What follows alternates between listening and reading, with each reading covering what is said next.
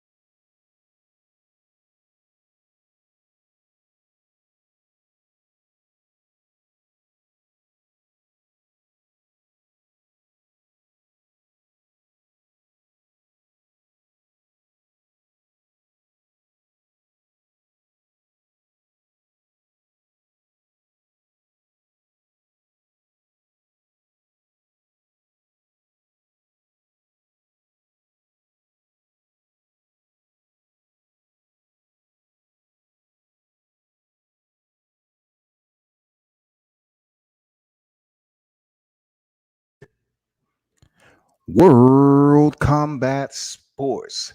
Hello, everyone, and thanks for tuning in. It's the one and only Scotty White on the mic, and I have to give you the post-fight reaction, both boxing and MMA. You know how we do it.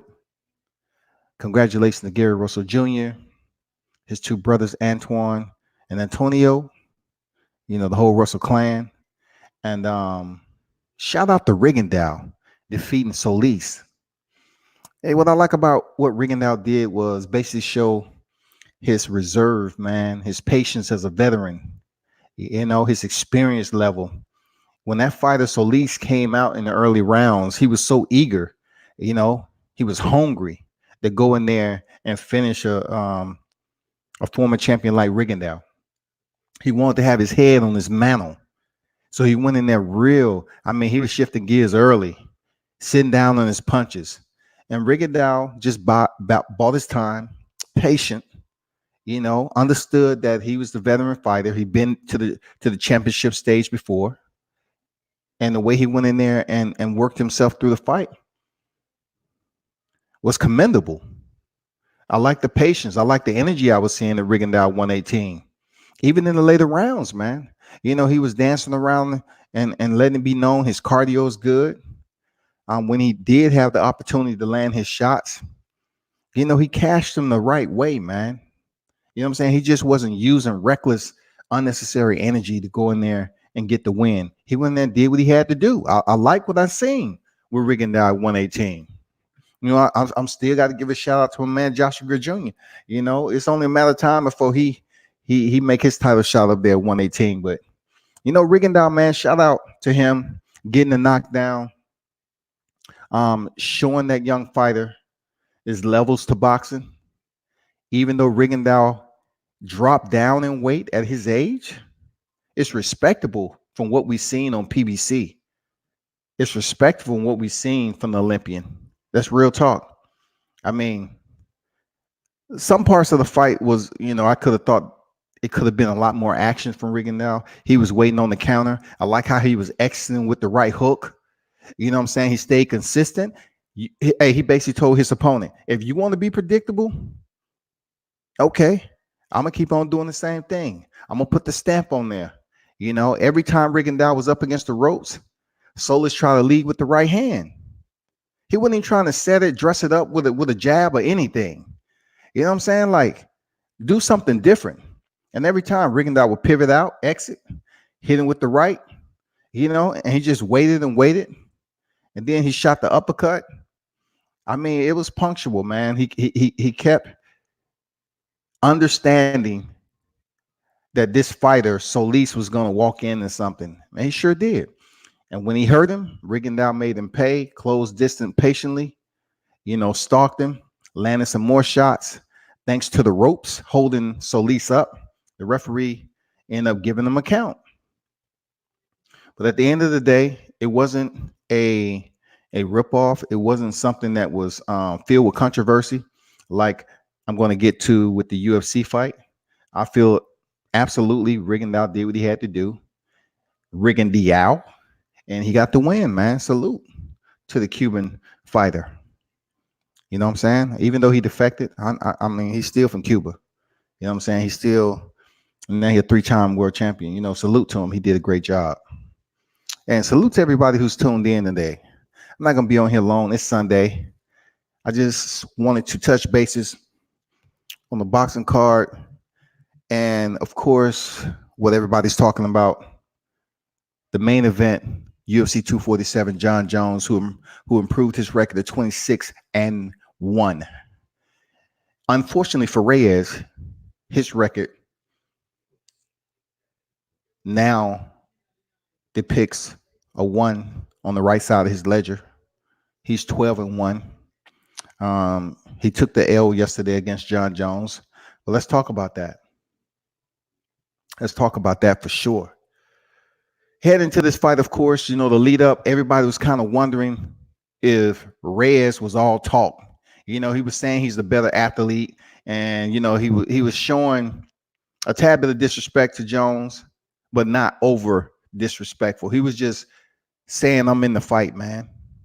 You know what I'm saying? I'm qualified to be in this position. That's pretty much what Reyes was saying. I'm here just like you are. I know I've knocked out some fighters that's been stopped by other fighters, but I have an undefeated ledger, and you need to deal with it. So, you know, when he was telling us that him and his team had watched plenty of film, you know, they were spinning the reel on Jon Jones. They did their homework. A lot of us were saying, okay, you know, you stopped Chris Weidman. Who hasn't stopped Chris Weidman? You stopped OSP. Who hasn't? So we waited on the lead up to the presser. Dominic Reyes didn't seem phased at all by Jon Jones. Really, if you listen to my live, I really wasn't believing him just yet because of his opposition. I haven't really seen him step up for quality opposition, even with, you know, someone like Alexander Gustafsson, Anthony Smith, Thiago Santos. I know he can't because Thiago Santos moved up, and you know, when he fought Jon Jones, he tore his PCL, MCL, ACL. Very, very top-notch fight for Jon Jones. But for Dominic Reyes, being a prior football player, he was trying to tell everybody and trying to convince us that he was a different dude. And I really wasn't buying into that at all. You know what I'm saying? I was being a bit closed-minded to Dominic Reyes because my assessment is off performances. For Jon Jones, he did what Jon Jones do. You know, believe it or not, Jon Jones is the biggest star in the UFC. You can say what you want about Conor McGregor, but you haven't seen nobody sub Jon Jones. People tend to give, you know, these superstars a pass sometime, primarily Conor McGregor, because the fact that he's from Ireland, they love to hear him talk. He's braggadocious, machismo, charisma. He loved to get the fans hyped up and into the fight card. I understand we need that in the sport of mixed martial arts and boxing and any combat sports. So when you have Jon Jones, who's a big star, you know, he's about to break the record of the most championship title defenses. Of course they want him to break that record. Of course we've had those previous judges' decisions that are just outright painful. You know what I'm saying? You can't imagine the anguish these fighters go through when they get robbed. And that's exactly what I believe happened this weekend.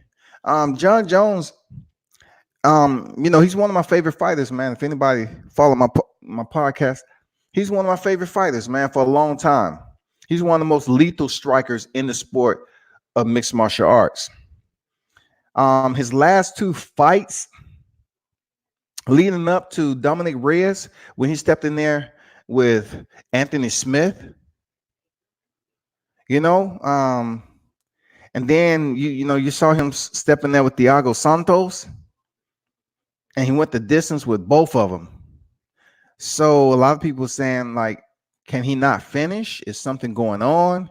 He's had his run-ins with being on pads, being a dirty fighter. He even admitted himself that he's a grimy dude, basically. But in combat sports in general, it's not all about religion and being a saint. It's all about going in there and getting a victory. That's all that really counts when it comes to combat sports. And Jon Jones has did it. He's been suspended, came back, won. Popped pause again, suspended, came back and won. Didn't take an easy touch. Went in there and fought some of the best competition on his return. He's 2-0 on DC, period. I don't care what nobody say. Shin kick to the head is drug-free every day of the week. You know what I'm saying? He's fought some of the best. He's been there with Rashad Evans, Loyola Machida, Thiago Santos, Alexander Gustafsson twice. Glover Teixeira. He's been in there with some beasts. Chael Sonnen, Ryan Bader. I mean, the man's been in there with the who's who of mixed martial arts. But this weekend, though, I have to keep it a buck. I just didn't think Jon Jones pulled it out. To be honest, I didn't think Jon Jones did enough to pull it out, because I'm gonna tell you, Dominic Reyes earned some new fans from his performance this weekend. He absolutely did. And I try to be neutral as I possibly can, because it's my integrity. You know what I'm saying? They don't have nothing to do with, okay, just because a fighter this and that and the other, that's what I'm gonna give you. I'm gonna give you biased opinions, biased media. Jon Jones, is one of my favorite fighters in the UFC for sure. But this past weekend, I didn't think he got it done. When the fight starts, Dominic Reyes, he's establishing the tone. He's letting the crowd know that everything I told you to the lead up is exactly what I mean. I wasn't just sitting up here being loquacious and just rambling on just so you thought that's what I thought you wanted to hear, just talking trash, just like every other press conference. He threw that straight left. They immediately went into the clinch, circled up, and both fighters landed some knees. What Dominic Reyes told Jon Jones is that I will be first tonight. And I can appreciate that, because let's go for the first to the third round. Dominic Reyes was actually being the instigator, the antagonist. He was first. He was landing that lead left kick, low calf kick. Jon Jones is usually the one who's controlling the center of the cage. But this time, every movement, every time that Jon Jones thought about throwing that front thigh kick, Dominic Reyes landed that low calf kick. And it forced Jon Jones to switch stances periodically through the fight, because Jon Jones is orthodox, but he can fight switch stance. But his strongest stance is just the basic orthodox. But Dominic Reyes is southpaw, and he was really using that inside outside low calf kick very, very well. I like what I seen, him being the instigator, him provoking the action.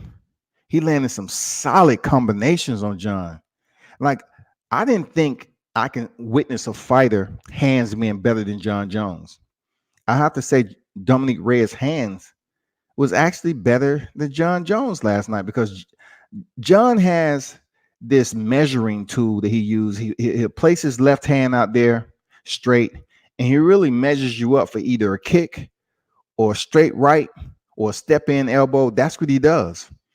And Reyes never locked hands, or as they call it in mixed martial arts, locked horns with Jon Jones. He kept his word, man. Dominic Reyes kept his word. Every time Jon had his hand out as a distractor, Reyes would move to his left or right. And right when Jon Jones cut off the ring and he would catch him. Reyes was catch him in the half beat and land that lead left, that leg that was out there, that left lead leg of Jon Jones. He would land that low calf kick on him. Keep him honest. You know what I'm saying? This is what I'm giving you every time you close the distance. This is what I'm giving you.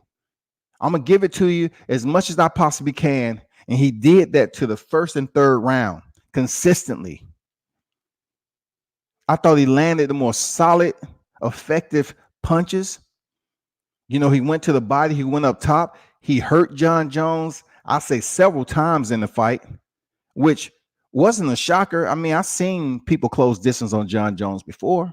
Loyola Machida was able to, shorten the distance and land some shots. Even Thiago Santos. You know what I'm saying? Anthony Smith, not so much. He was pretty reserved. But even DC was able to land some shots when he had the opportunity. Alexander Gustafsson, their first fight, he was the one that exposed a lot of areas of Jon Jones. He just couldn't get it done in the rematch. But for Dominique Reyes, the way he was setting up his combinations, man, one time, him being a southpaw, he threw a right kick left, and then he turned the corner and followed it up with a straight left. I mean, it was a pretty one, a straight left punch. And then he pushed Jon in the direction where he was going to reverse. And he did a reverse spin kick, and it connected on Jon. I was like, that was a pretty clever combination. Pretty slick. That means they've been working and working, doing the same thing Jon Jones does. Jon Jones will actually throw a punch or a kick to move you in the direction and where he can use his spin technique. That's what he does. And Reyes was actually using Jon Jones' technique against him. It worked a couple of times, but Jones started turning up the pace. You know what I'm saying? Shifting gears. He said, I'm not really winning this stand-up battle, so it's time for me to switch it up and change levels. And that's when you seen him shoot in for the takedown. Now, in the third round, he wasn't able to get the takedown, but he let Dominique Reyes know, this is what I'm about to bring to you. This is where we're going to be at. This is a championship fight. It's not going to just be a stand-up contest, a stand-up exchanges between us both. It's going to be something different because that's what I do. And when he shot in for that takedown, Reyes stuffed it pretty nice. I was like, oh shit. I said, okay, Reyes stuffed a tough takedown. He's very vigilant, and he's been working on his takedown defense up against the cage. But he had to know that Jon Jones was going to return. If he didn't get that takedown, he was going to return. Because basically in mixed martial arts, you can go in or you can shoot in for a takedown. And sometimes the instigator, so to speak, the fighter who shoots in for the takedown, will shoot in just enough to attempt it. And then if they're unsuccessful, they'll just grind you out on the cage a little bit, deplete your energy, get you a little tired. So the next time they go in there and try to lock up and bring those hips forward, it will be much easier because the fighter may be more fatigued. So in the fourth round, man, Jon Jones say, hey, I'm about to knock on your door again. And when he came in for that takedown, he turned the corner on Reyes. I was like, here we go. So I want to see if Reyes is able to post, switch his hips out, try to gather his knee, his base, get his base on the base underneath him, and make it back to his feet. And he was able to do that. And then I like at one point in time where Jon Jones switched it up to a crotch lift, and he was going to try to take Reyes in the opposite direction for another takedown. But I have to give Reyes his credit. He stuffed that takedown solid. Like, hands was locked. Jon Jones, both of them are pretty damn tall, even height. And Jon Jones had already gotten a successful takedown already, but yet he tried to go for a crotch lift and he wasn't successful. The crazy thing about it is, DC is pretty infamous for applying that freaking slam. You know what I'm saying? That's what DC does. And Jon Jones attempted it against the cage, and it didn't quite work out. But check this out, though. Jon Jones was successful in getting the takedowns, which was crucial. Now, check out. Let me give you some analytics to these takedowns. When a fighter touched any part other than the sole of the fighter in boxing that touched the canvas, it's considered a knockdown. Facts. All right. So when it comes to mixed martial arts, of course, a fighter can get knocked down. They can be hurt. They're working with 4-ounce gloves. It's mixed martial arts. So just say, for instance, I think in the third round when Reyes hit Jon Jones with a straight left, and Jon Jones, went back. He was sat down for a brief second and got up. The ref is not gonna count anything in mixed martial arts unless the fighter is seriously hurt. We're talking about Mark Coleman, Pete Smith hurt. We're talking about Rashad Evans, Sam Salmon hurt. We're talking about Rashad Evans, Chuck Liddell hurt. You know what I'm saying? Cats is just freezing up and they knocked out. Seriously. So when I was looking at, the 2 takedowns Jon Jones had, and Dominique Reyes was able to get up immediately, I'm saying he didn't do any damage. So in boxing, if any part other than the sole of a boxer's feet touched the ground, it's automatic a knockdown if it was influenced by a punch, right? So in mixed martial arts, they kind of judge quality. You know what I'm saying? Quantity type deal. Like, depending on the name of the fighter that gets the takedown, they might give you the favorable round, right? So therefore, Dominique Reyes being taken down by Jon Jones, he was able to immediately make it back up to his stance. No damage inflicted. He did well. I didn't think that the round should have been scored any more effective, to the point where it gave him a super edge in that fight. The scorecards, come on, man. Looking at the scorecards, there's no way in heck that one judge scored the fight 4-1 in favor of Jones. I'm talking about he gave Jones 4 rounds. And see, when you have judges like this in combat sports, it really discourages fighters to go out there and come up with a fight plan that's not really healthy to them sustaining themselves the entire 3 rounds or the 5 rounds. Joe Solis, he scored the 2nd round, 3rd round, 4th round, and the 5th round for Jon Jones. How is that possible within the integrity of observing a fight as an official judge? It's just horrendous. And then Marcos Rosales, everybody scored the 1st round for Dominique Reyes. There's no ifs, ands, or buts about it. He won the 1st round. Now, the 2nd round was truly interesting because both fighters were exchanging, but absolutely Dominique Reyes was winning the exchanges.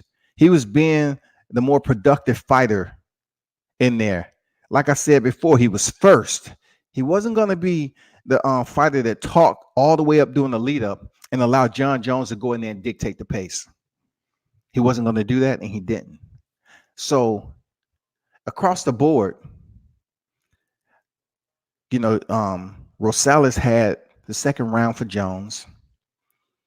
Solis had the 2nd round for Jones. And the 3rd judge, Chris Lee, had it for Dominique Reyes. Okay? That 2nd round should have been Dominique Reyes across the board. Period. He was outstriking Jon Jones with a more quality, effective, punishing strikes, and he should have got awarded for it. To the third round, Judge Rosales scored the round for Dominique Reyes. Solis for Jon Jones. Chris Lee for Jon Jones. The inconsistency of this judging is just unbelievable. Unbelievable. You know, it just leaves that acerbic taste in your mouth, don't it? Especially as a fighter, if you go in there and you have judges scoring the fight like this, it got to give you a bad taste. You know, a salt tablet with no chaser, tap water. You know what I'm saying? The fourth round, Rosales scored the round for Jon Jones. All right. Now, actually, I believe that Jon Jones did in fact win the fourth round. And Joe Solis, Jon Jones, 10-9. And then over to Chris Lee, Jon Jones, 10-9. And just to, shorten it up a little bit, all the judges for the fifth round scored it for Jon Jones across the board. That is them basically saying, okay, our scorecards are just enough for Jon Jones to win the fight. It was a unanimous decision, period, that Jon Jones won, which it never should have been a unanimous decision, especially when you're talking about Joe Solis, who gave Jon Jones the second through the fifth round. Just because Jon Jones was able to get takedowns, no damage was applicable. It's nothing that they can basically catalog and say, my assessment felt that Jon Jones went above and beyond in inflicting damage. There's no way that you can come to that conclusion. But that just goes to show you how distorted the scoring system is when it comes to mixed martial arts. And, and this is not the first time, and I don't think it's going to be the last time, to be honest. But I tell you like this, Dominique Reyes, in my opinion, won the first, second, and third round. Even Jon Jones coming on at the back end of the third frame doesn't mean just because you shoot in for a takedown or you land some punches. Let's talk about the punishment that happened inside the third round. You know what I'm saying? I just did an article on World Combat Sports on this particular fight, and I gave my 5-round breakdown, and then I just put a little snippet at the end. You know what I'm saying? And what my summation was of this fight. But the fourth and the fifth round, Jon Jones all day. He was pushing the pace. He was standing in the pocket. I like how he went back to the front thigh kick. He did use a low calf kick every now and then go up high and try to catch Dominique Reyes slipping. He did a couple of times. He kind of landed the similar kick that Conor McGregor landed on Cowboy Cerrone. It really didn't consist of the top of the foot or the shin, but the toes. He pointed the toes and he was able to land that kick. And also, he landed some punches on Reyes, but what I appreciate about what Reyes did was his footwork, his cage generalship, his movement. I like how he was bouncing on his feet, man. He was keeping his movement unpredictable. He was bouncing from side to side, really didn't allow Jon Jones to have time to set up and load up on a kick or punches, or, keep his left hand out there and measure, his power shots, only to do a spinning technique so Reyes can run into his left reverse kick like he loved to do. He kind of shut that down, man. He shut it down. He did an awesome job with moving. Jon Jones, even in the fight, I can say he ran a bit more to evade trouble than Dominique Reyes did. Because when Dominique closed the distance on Jones, he was landing some solid punches that got Jon's attention. And I was kind of like, damn, this dude must have some power. It must be something that his technique, he's very surgical and he has decent power to have Jones go in retreat the way he was. So I was like, damn, this fight might be an upset. And then I know, Jon Jones, he was going to start picking up the pace in the later rounds, which he did. He went in for the takedowns, but he's up here saying, I know the takedowns won me the fight. But then you look at the rounds where you actually was able to complete the takedown, you wasn't sitting at a 10-8 round, man. You know what I'm saying? You wasn't sitting at a 10-8 round. Like, if he truly was landing some shots from the top position, and he had his opponent hurt, he had Reyes hurt, then just maybe if there was some sub attempts or some lethal elbows of Jon Jones, like landing from the top, then the judges may have been in their right and due diligence to award him a 10-8 round. And then that would indeed compensate it for the score that we receive in conclusion. You know what I'm saying? So the score that we receive is in no way, shape, or form accurate. That's just my opinion. It's no way in form accurate. I think Dominique Reyes, people need to understand, when the shots Dominique Reyes was landing, you cannot dilute them and then bolster up the strikes that Jon Jones was landing when he really truly didn't have Dominique hurt. You know what I'm saying? I'm pretty sure Dominique Reyes felt some of those combinations, of course. But I'm telling you, the times that Jon Jones was hurt by Reyes, he was hurt. He backed up to the cage. Reyes closed distance, and he was able to punch on the move. I like he was able to land those straight punches on the move. Showed discipline. Showed that he's in the gym working on fundamentals and basics and not being reckless. Because in mixed martial arts, you look at what happened to Pete Sale and Pat Smith. Pete Sale brought his behind over there thinking Smith was hurt. I mean, who wouldn't have thought that? He was selling the wolf ticket. And he landed a right hand when he was up against the cage, man, knocked him out. Not Smith out, man. And that's what I like about what Dominique Reyes was doing. Once he was closing distance to Jon Jones, he was extremely patient, methodical, and he stalked just like Jon Jones was stalking. Jon Jones was stalking Reyes in the 4th and 5th round. He had to be a bit more reckless when he went in for the shot. Jon Jones did not set that up with a kick, a punch, a left or right, 1-2, nothing. The two was just up there posturing, feinting, and all of a sudden Jones shoot in for a takedown. If Dominique Reyes was really paying attention, you know what I'm saying, the kind of attention that Jorge Masvidal gave Ben Askren, that type of knee attention, if he had that type of timing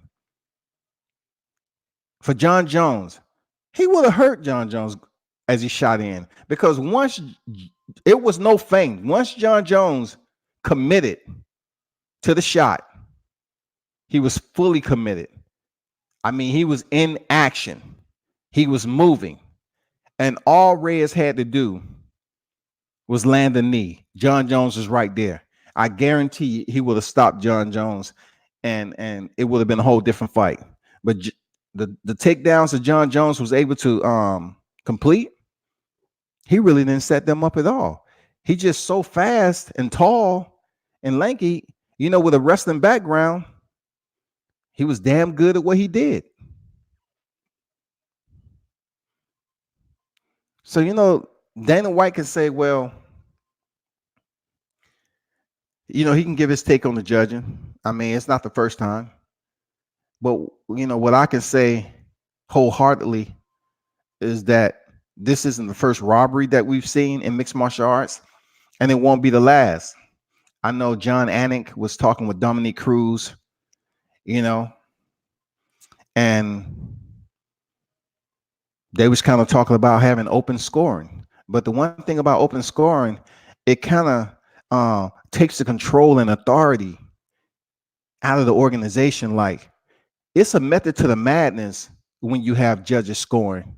That's why boxing have judges scoring, because it's a method to the madness. And if you're trying to raise a fighter up, that's why you have boxing matches and mixed martial art bouts that's considered robberies, because it happens. It's money that's involved in this sport. You have people competing, and guess what? You're going to have judges who are complying to whoever it is that gave the order. We want this fighter to come out here the winner. It's an unspoken rule, but it happens. Real talk. It happens. Whatever you want to say, it happens. So to have open scoring where a fighter actually knows, did he win that last round, and head into the next round, okay, I won that last round. And then he goes into the second round. Okay, I won that round. That's open scoring. So what does it do to the organization? You can't sit up here and come up with a surprise final score that's totally opposite of what the fans just witnessed. You can't get away with it, because there are people taking notes. It's basically cataloged. It's all the way to the final bell of a final stoppage of the fight, and there's no way that you can go back and revise that or scrub the scores and make changes. You can't do it like the Olympics, just like they went over there and screwed Roy Jones out of a freaking medal, going over there changing scores and everything. You can't do that in open scoring. But in a world where money is a huge part of this business, you're really not going to have the shakers and the movers making those changes and taking authority away from them determining certain outcomes. Certain outcomes in boxing means money. Certain outcomes in boxing means the world to that fighter who is being raised up as a world champion or to be a world champion. It happens in boxing. I know a lot of people don't want to talk about it, but real life, this goes down. It goes down on the regional level up to the top tier. You either like it or you don't. For a fighter, I can understand how frustrating it can be. But to be honest, if I actually had to be in that position where, I was robbed on more one occasion, somewhat like people say Badu Jack is always on the bad end of decisions. But then again, you have, some of the mainstream boxing fans that say, well, Badu Jack, he starts kind of slow every fight and turns it on in the mid to latter part. So how are we supposed to gauge this? You feel me? You dig? So I don't think anytime soon they're going to open scoring, to be honest. It's no way that I can sit up here and give you the word and say I firmly believe that they're going to commit to open scoring, because it's really going to take the shield of power away from these individuals to determine the outcome. And this is a money sport. Boxing is full all year round. Mixed martial arts all year round. There's a lot of money to be made in both, sports and many combat sports, real talk. But it's only so many people that's able to collect. And not all the time you're going to find out your favorite fighter who you just witnessed win in the ring, get the decision. It really depends, man. You know what I'm saying? Just like we saw Tony Harrison and Jamel Charlo. It all depends, man. It makes you sit back and just scratch your head, raise your eyebrow, grit your teeth. It make you want to go to the cabinet and pour you one. No ice. You know what I'm saying? Like, you go through a full fight camp and you go in there and get robbed after you done put your blood, sweat, and tears in the ring, and you get robbed. All the fight camp, the people that you have to pay, all that done. So let's discuss some of the takeaways. All right.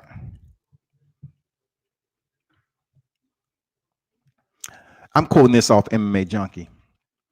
Some of this is already in my article. I just pulled up this article.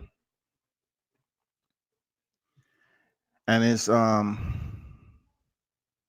talking about unanimous decision. It speaks about those vibes or that of the former longtime UFC welterweight champ George St. Pierre, who are putting a series of 5-round decision wins, seem to be getting figured out by his opposition.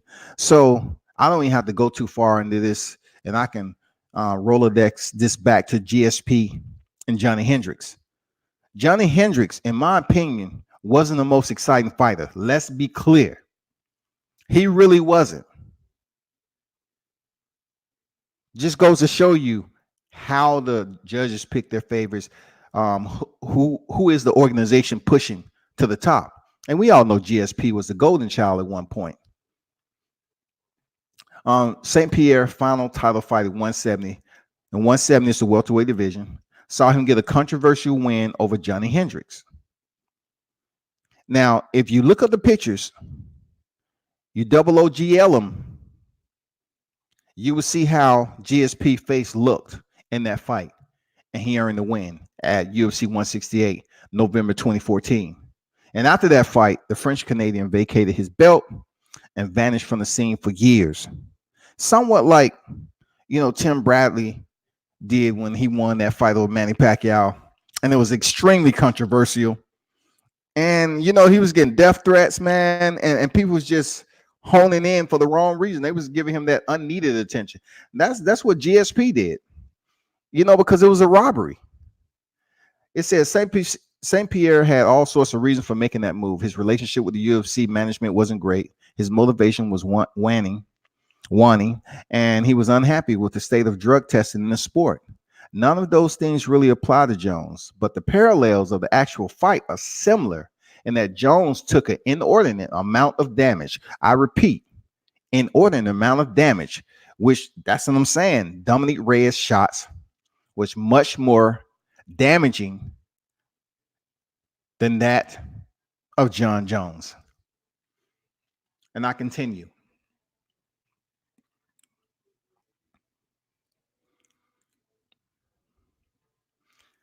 Jon took an inordinate amount of damage against a surging challenger, and many believe that the title should have changed hands, and that to include myself, World Combat Sports. Jones' head still seemed to be very much in the game, but the fight with Reyes was closer call than he and his team would have liked. Did Reyes just have a perfect night? Was Jon Jones slightly off? There are questions we'll never fully answer. Let me go to the next. I'm not going to read the entire line for line para. Number 2, Dominic Reyes proves many people wrong, include myself. I told you that earlier. He did prove me wrong. I wasn't convinced off the competition he had dispersed early on to get this title shot, but the individuals that was in the ranking systems 1 through 5, pretty much majority of them Jon Jones had already beat. Anthony Smith, Thiago Santos, most recently. So on paper, quote, MMA Junkie, it certainly seemed like Reyes had some attributes that could pose problems for Jones. One would be his height, to be honest. I had strong doubts he would be able to put it all together on fight night, but he managed to rise to the occasion better than expected and arguably do enough to get the win. I absolutely agree. Going on, although his dreams were somewhat crushed in that he wasn't able to get the belt, Reyes' stock skyrocketed. I repeat, just like I said earlier, he earned new fans with the performance against Jones, and he showed the true capabilities, and there's a good chance this isn't the best he has to offer. I agree with that. Moving on, Reyes earned a great deal of new experience from the lead up and fallout of the fight with Jones and everything in between. From all appearances, he's got a good head on his shoulders. And if he channels the disappointing frustration of the situation in positive way, the future remains bright. There's a chance he has that UFC title wrapped around his waist for real one day. And I believe that. I believe after seeing his performance, even though there is some opponents that's out there that I think that would give Reyes a different look, I do believe Dominic Reyes has a high potential to be world champion in the future. Period. I do. Seriously. I can't take that away from Dominic Reyes. Now, the one set that I would have to um, staple down about Dominic Reyes is: are we going to see him perform against a fighter that presents a different look than Jon Jones? Will he be able to go in there and put on such a spectacular performance? That's the question. You know, if y'all in the building, press that thumbs up button. I appreciate it. So that's the question I have. Dominic Reyes, how some fighters just have these superb performances. They're on top of their game. Man, they cannot be stopped on this night, right? They're seizing the moment, like Eminem say. You got to seize the moment, right? And they go ahead and do everything they're supposed to do, right? But then they're not consistently following that performance up and excelling and expounding on that performance, so people can really shake their heads and say, "Damn, dude's bad." I'm telling you, like, a lot of people seems to, and not to get off topic, but a lot of people is looking at DC like, DC's no good. Jon Jones beat him, but you have to dig way deeper than you did when Jon Jones and Daniel Cormier actually began to have sort of rivalry. You know what I'm saying? You have to kind of take a pause and reflect as to what DC did as a heavyweight in Strikeforce. Only until he came over to the UFC, he chose to compete at light heavy. Now, DC was doing his thing at light heavyweight. He just had a fighter that was his alpha in Jon Jones that was tall and dynamically.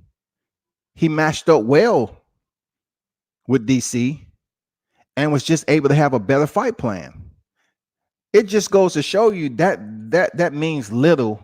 We're not sure if Jon Jones, excoriating DC in the media, getting in his head a little bit, had anything to do with it. But those two had some pretty good fights. But then when Jon Jones gets suspended, you have DC that's taken him to a whole nother level. DC is a legend of the sport. Jon Jones is a legend of the sport. You know what I'm saying? You have the whole Jose Aldos. You have Demetrius Johnson, who's now in one championship. And Anderson Spider Silva. It's a lot of fighters that's on the list that are considered top tier fighters that have legendary status. So when it comes to Jon Jones and DC, I really wish they was able to have a trilogy, because once Jon Jones returned, Dana White gave the ultimatum and said, you need to defend that light heavyweight championship or give it up or vacate. And of course, DC sticking to his plan, he said, I'm vacating it. I'm going up to heavyweight. He was already the heavyweight champion. I'm just going to contend at heavyweight. And the one person that he won the belt from, Stipe Miocic, he ended up stepping back in there with him. And Stipe Miocic, believe it or not, we're talking about a previous boxer that has boxing experience.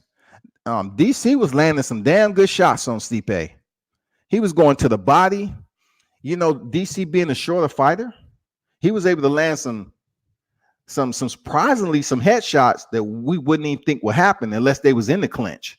Because the first time, DC was very clever, very intelligent in studying Stipe. And they said they noticed when Stipe separates out the clinch, he keeps his hands down. And believe it or not, when DC separated out the clinch from Stipe Miocic, he cracked him with that right hand, dropped him, landed some shots from the top, and the referee stopped it. Now, when they was in the rematch, it was a different story. Stipe Miocic was taking some shots, handling them pretty good from DC, until Stipe said, you know what, I'm going to change it up. I'm going to start going to the body. I'm going to start digging those hooks to the body. Just like you seen Henry Cejudo do to Marlon Moraes. It was like a stand-up, a fair championship fight. And Henry Cejudo Look, Henry Cejudo being a gold medal Olympic champion in wrestling channeled his boxing gods and started digging to Mariah's body the same way that Stipe Miocic did to DC. It was beautiful to watch. I like when fighters make adjustment in there, man. I like when they allow their thought process in the eye of the storm. You know, a lot of combat veterans and everything, they have to make changes, even though they're using weapons. And you know, every so often, unless you special forces, you're doing hand-to-hand combat. But it does happen in wartime. You know what I'm saying? So to see these fighters go in there and make changes, it was a part of that sweet, magnificent signs that we talk about so much. You know what I'm saying? And Jon Jones, in my opinion, should give Dominic Reyes a rematch. Now, from what I'm hearing, he might have torn his ACL. I'm not sure. But Jon Jones right now is truly undefeated. You know, Matt Hamill disqualification. He landed a 12-6 elbow. We already know the history behind that. And the person that implemented that rule was a member of the commission who actually witnessed an ice breaking contest. And he was like, if those competitors can break slabs of ice, shooting a 12-6 elbow directly downward, it shouldn't be used as a legal strike in mixed martial arts. Therefore, I am submitting that this particular strike be banned. John McCarthy, while he was still an active referee, he went in there and tried to advocate and said, you know what? It's fighters that get kicked in the head that will suffer more damage than a 12-6 elbow, because you're looking at the leverage that it takes. According to what position, you have an individual that's underneath you. And of course, you can generate some velocity. You can generate some power, but it's still your elbow. You can shatter your elbow, and your elbow is part of your joint. And what happens? You know, you're unable to really bend that arm or whatever. So if someone wants to land a 12-6 elbow on the forehead of an individual, instead of going 3-9, using a crossing, slashing type elbow, then guess what? I mean, I'm pretty sure that particular strike will be lifted sooner or later, because you're talking about individuals being kicked in the head, frozen like they in the polar region, and dropping to the canvas like they in the freaking second stage of rigor mortis. It's deadly. But to be honest, mixed martial arts is less freaking damaging than boxing. You know, a lot of people look at the rounds. You have to understand, though, it's not so much the rounds, it's the average on how long the fights last, and also the individuals in the ounce of gloves they wear. The lower the ounce of gloves, the less protection your hands have in breaking. It's a lot of people, casual boxing fans, of course, truly don't understand.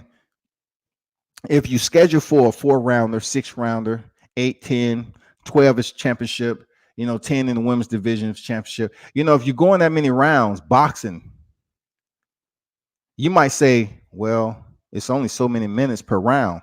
But guess what? In mixed martial arts, it's 5 freaking minutes a round that consists of takedowns, elbows, kicks, whatever you choose to do. It's not all suggestive for prescription for head strikes. You know, they do switch it up. They change levels. You know, you might have an opponent that's good on the ground. You might have one that's good to stand up. It's all according, you know, which one negate the other. If one opponent has good takedown defense, then guess what? You might run into a Tyrone Woodley and Damian Maia, who's a BJJ world champion, but he couldn't take Tyrone Woodley down. And in the process, Tyrone Woodley tore his labrum. That is absolutely facts.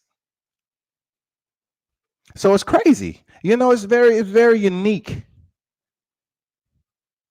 when you talk about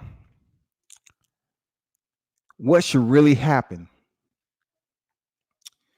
with these fighters that we see that are considered the best, but will we see a trilogy? You know what I'm saying? Will we see a trilogy? What type of trilogy will we want to see of all fighters that's collectively a part of the organization of UFC? Jon Jones and Daniel Cormier. But guess what? That's just like Joshua and Wilder. Everybody wanted to see Joshua Wilder until Joshua got stopped by Andy Ruiz, right? So now we have DC, who was stopped by Stipe Miocic in the heavyweight division. That is Daniel Cormier's best division, the heavyweight division. Even though he was champion in the light heavyweight and the heavyweight division is much better suited because he doesn't have to lose weight. You know what I'm saying? Like, he's much more healthier coming in there. You know, at one point in time, DC tried to get over and he was balancing on a towel, you know, so he can make the weight. I guess some people from his team was holding the towel and he was trying to balance on the towel so he can weigh less than what he would have if he just had dead weight, right? So you're talking about which division is DC much more of a quality opponent? Heavyweight. Now, for Jon Jones, of course, a trilogy with DC, would people still want to see it? And DC's talking retirement. Yeah, but I got to give it up to the fireman, Stipe Miocic, because he waited around after he was stopped and he didn't fight no one else, and he went back in there and proved that he could beat DC, and he did. He stopped him. He just didn't beat him. He stopped him. So, who are we more likely to see? A weight class that DC's healthy with Jon Jones, or Stipe Miocic? Because Stipe isn't really a people's champ. You know, people like him as being a good guy. It's just like people, it's just like civilian and veterans. You know, people will, on Veterans Day, they'll say, "Oh, thank you for your service. Thank you for your service."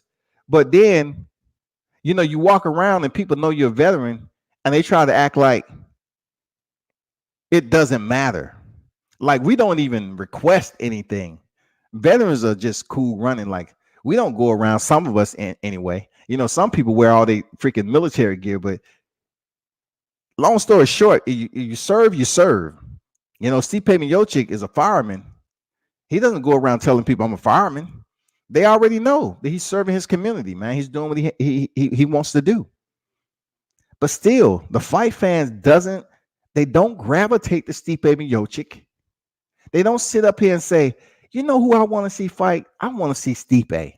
They just don't say that.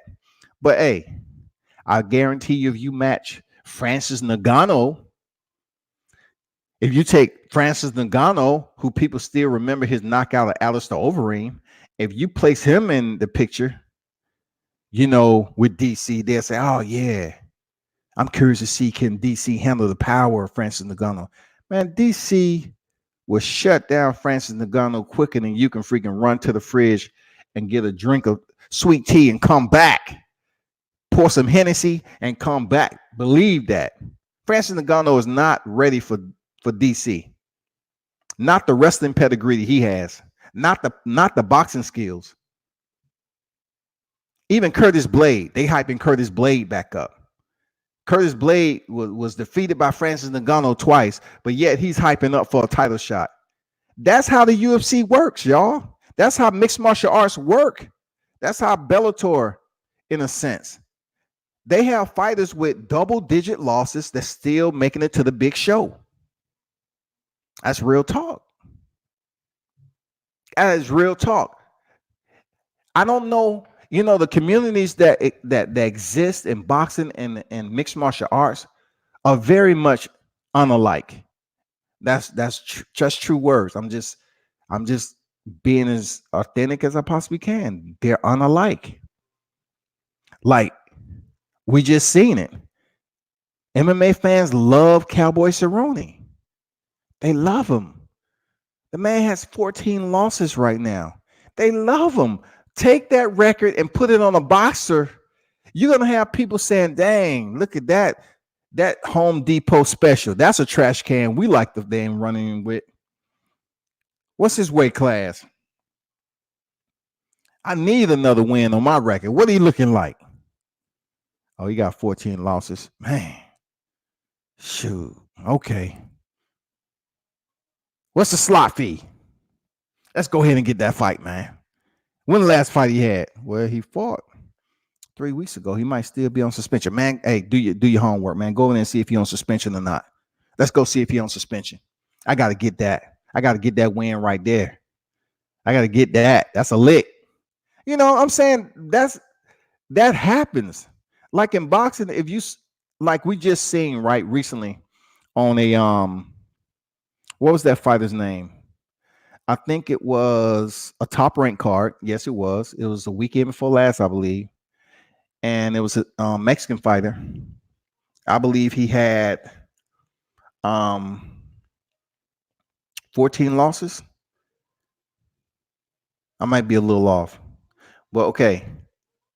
Just to see somebody with that many losses on a televised card in boxing was puzzling, bewildering to me. That's all. I usually see that on the mixed martial arts side because there's several people that compete with records like that. You know? And I was trying to explain to these cats, right? You can't really sit up here and talk, cross thread combat sports in a conversation with somebody who's just hell bent on speaking about one sport. So I was trying to explain to him. I said OSP.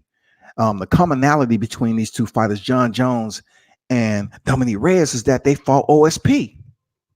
He said, "Yeah, man, Dominic Reyes knocked out OSP." I said, "That's not anything new. Look at his record. Look how many losses this dude got. He's almost, he's basically becoming a journeyman. He's stepping in every now and then to pick up a check. I don't see him even getting close to a title shot. I don't see it.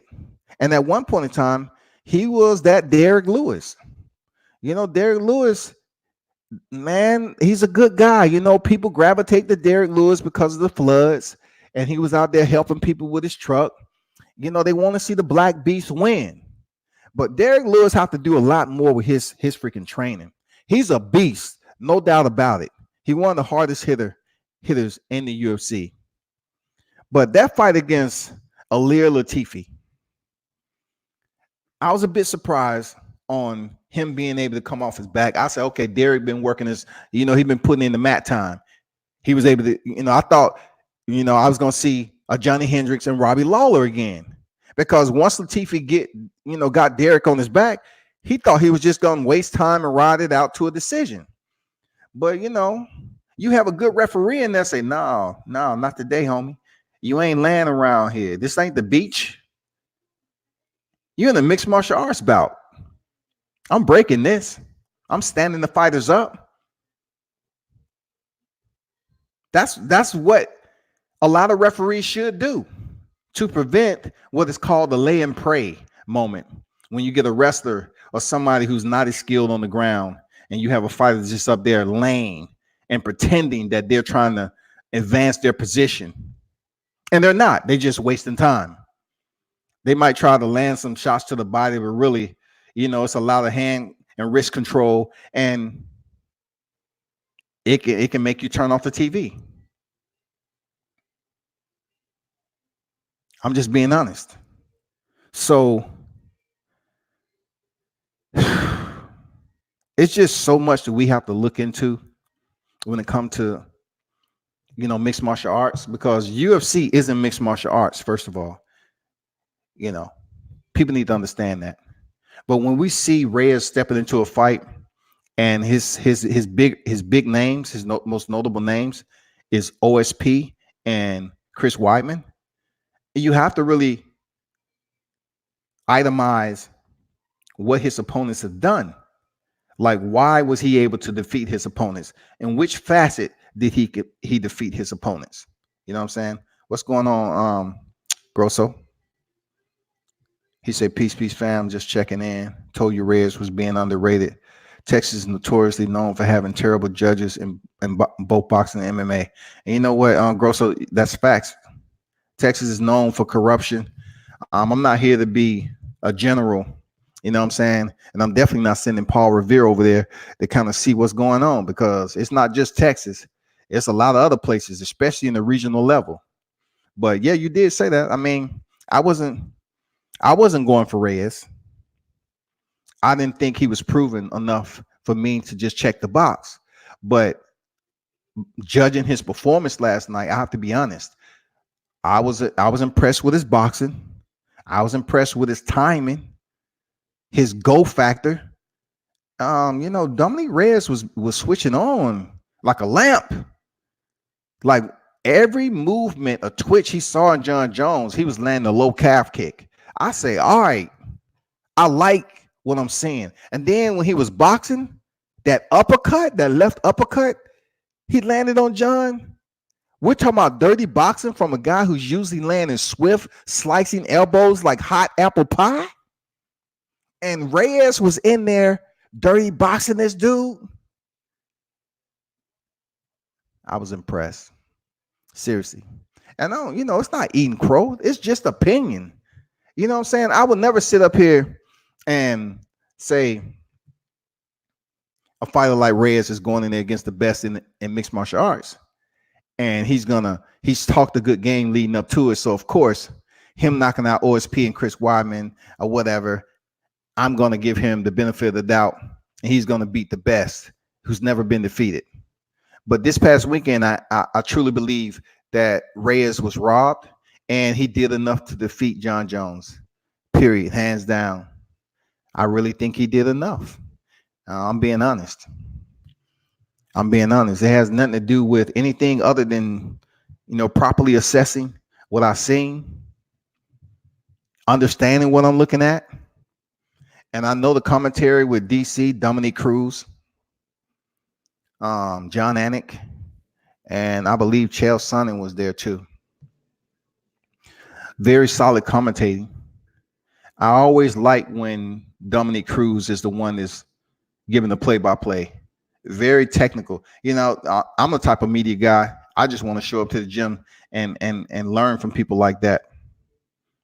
You know what I'm saying? But we don't have sound-minded individuals that truly respect what you're trying to do. We got too many fighters up here that don't want you getting close to them for whatever reason. Their insecurities prevent. But me, I like going to gyms and learning. You know what I'm saying? Education, in this combat sports, you have to know what you're looking at. Like Stephen A. Smith. Stephen A. Smith has to spend some gym time. It ain't no manual to it now. If you're going to learn about jiu-jitsu, you actually have to go and see what is actually going on.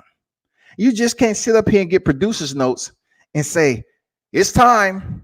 Well, tonight, I'm just going to be frank with you. He looked like he wasn't doing too much. I didn't learn a damn thing from Cowboy Cerrone.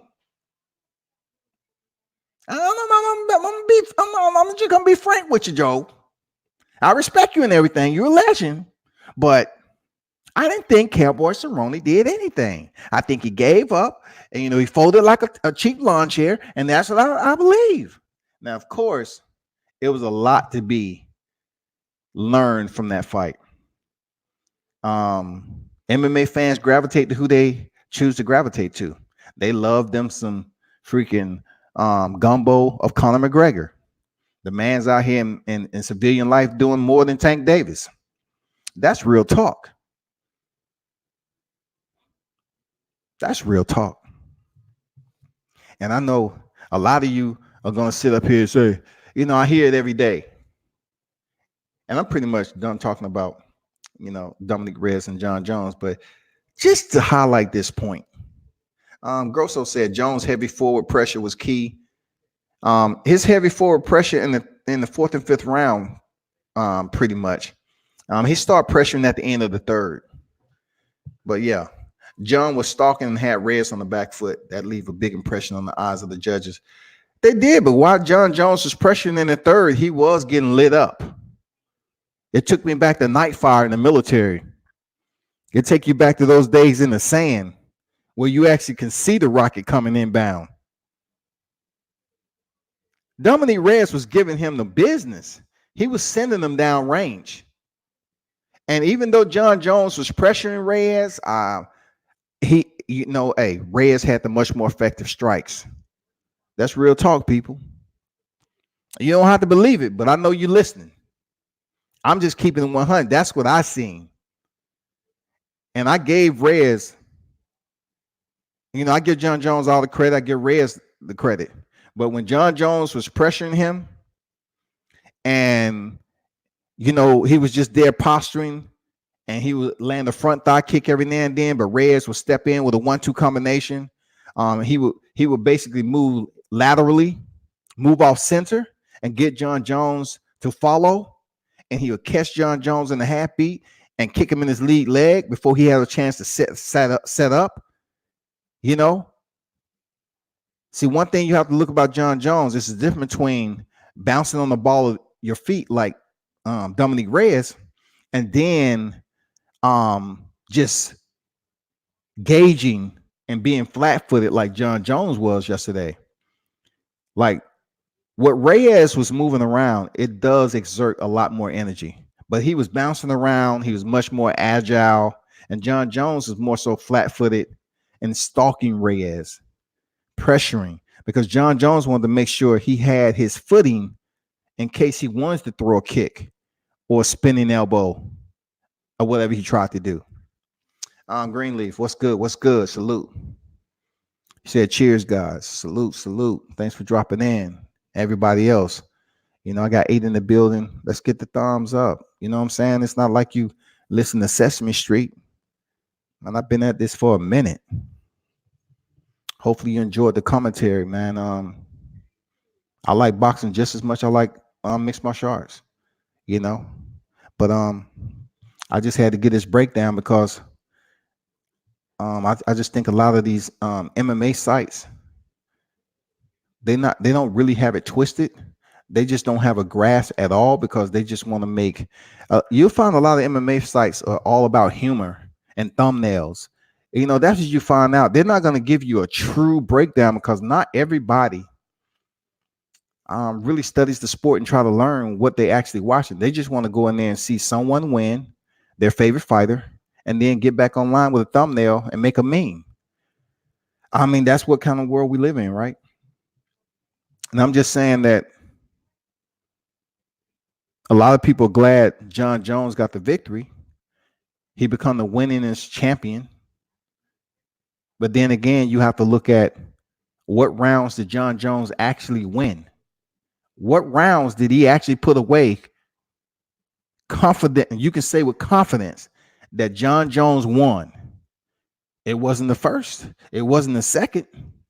And just because he began to come on in the third, in my opinion, he just didn't pack up enough. He didn't really compile enough damage on Reyes like Reyes had did to him. You have to understand how many times Reyes had Jon Jones in retreat. Reyes was actually chasing Jones, chasing him. And Jones was of course, Reyes is not going to exert too much energy chasing Jon. So Jon was able to get back to the center of the cage, reset, and then work on a new strategy once he was closing the distance. He went back to stalking him. And I got to give mad salute to Reyes for knowing what shots to throw. What shots to throw? What did he want to throw? What he want to execute a kick or send off a punch combination or just keep the jab out there? Whatever he's trying to do. He kept that pretty much dressed up real nice. Seriously. And he demonstrated he had a pretty decent beard, man. He took some shots from Jon Jones, and it's not one time he was just stumbling around like DC did when he caught that left high kick from Jon Jones. You know what I'm saying? DC stumbled to the cage, and Jones was able to finish him. But not one time did we see that from Dominic Reyes. For real. What y'all think? Drop the comments in there. I got about 5 minutes on here. Drop the comments. I know it's Sunday and y'all gotta, get ready for the week and everything. Get ready to go into work. Make sure your clothes ironed and everything. Make sure you put on your happy face. Hopefully you put petrol in the car, so you won't have to stop at the gas station this cold weather. Grosso said Jones will never be able to stalk down Rumble Johnson like that. All right, I hear you, Grosso. All right. He'll never be able to stalk down. I'm gonna respond, of course. Jones will never be able to see. I don't mind, supporters or MMA fans or whatever putting comments like this, because it just allows the channel to be able to respond and interact with a dialogue. He said Jones will never be able to stalk down Rumble Johnson. If you don't know who Rumble Johnson is, he's out of the UFC right now. I'm saying he has some pretty memorable matches with DC, but I'm about to get to that. He said that lead hand extended, a high guard, right arm next to the ear would have not worked against Rumble. The fans got robbed of that fight. Yeah, the fans got robbed to a point, but let's put it in perspective as if the fight would have happened. Okay, let's just put in perspective of what happened when he faced Alexander Gustafsson. The reason why I'm starting with Alexander Gustafsson because he's pretty much the same height as Jon Jones. You know what I'm saying? So that fight, I'm looking at Rumble. I've seen him in person, big dude, but Alexander Gustafsson, I'm like, this dude is a tower. You know what I'm saying? He's very tall, rangy. When you see him in person, you like, God damn, like he's tall. What Rumble Johnson was able to do with Alexander Gustafsson still to this day, it's just, it puts you in disbelief because the power of Rumble Johnson moving up in the divisions, the way he used to cut and where he's at right now, he was able to land hard enough punches to bring Alexander Gustafsson down to his level. And once he was down there, he actually beat Alexander Gustafsson into submission. That right hand was like a jackhammer in New York. He was doing construction on Gustafsson. And I was like, God dang, Rumble, he beat Alexander Gustafsson like that? Wow. I truly thought it was going to be the other way around. Now, take Rumble Johnson against Jon Jones. Rumble Johnson, in my opinion, has more power than Jon Jones, period. The one takeaway that I'll give for for Rumble Johnson going in against Jones is the front thigh kick that Jon Jones will land repetitively to Rumble Johnson. Guarantee it. Because the way Rumble Johnson sits in the pocket, he want to sit there comfortably so he can make sure he delivered his power punches, because that's what he do. He's a heavy hitter. That's what Rumble Johnson does. He was able to hurt DC briefly before he just went in with the wrong game plan. He should have landed some body kicks while he was down, because you can kick a grounded opponent. You can kick him in the body. You just can't kick him in the head. So I'm looking at Jones extending that right hand.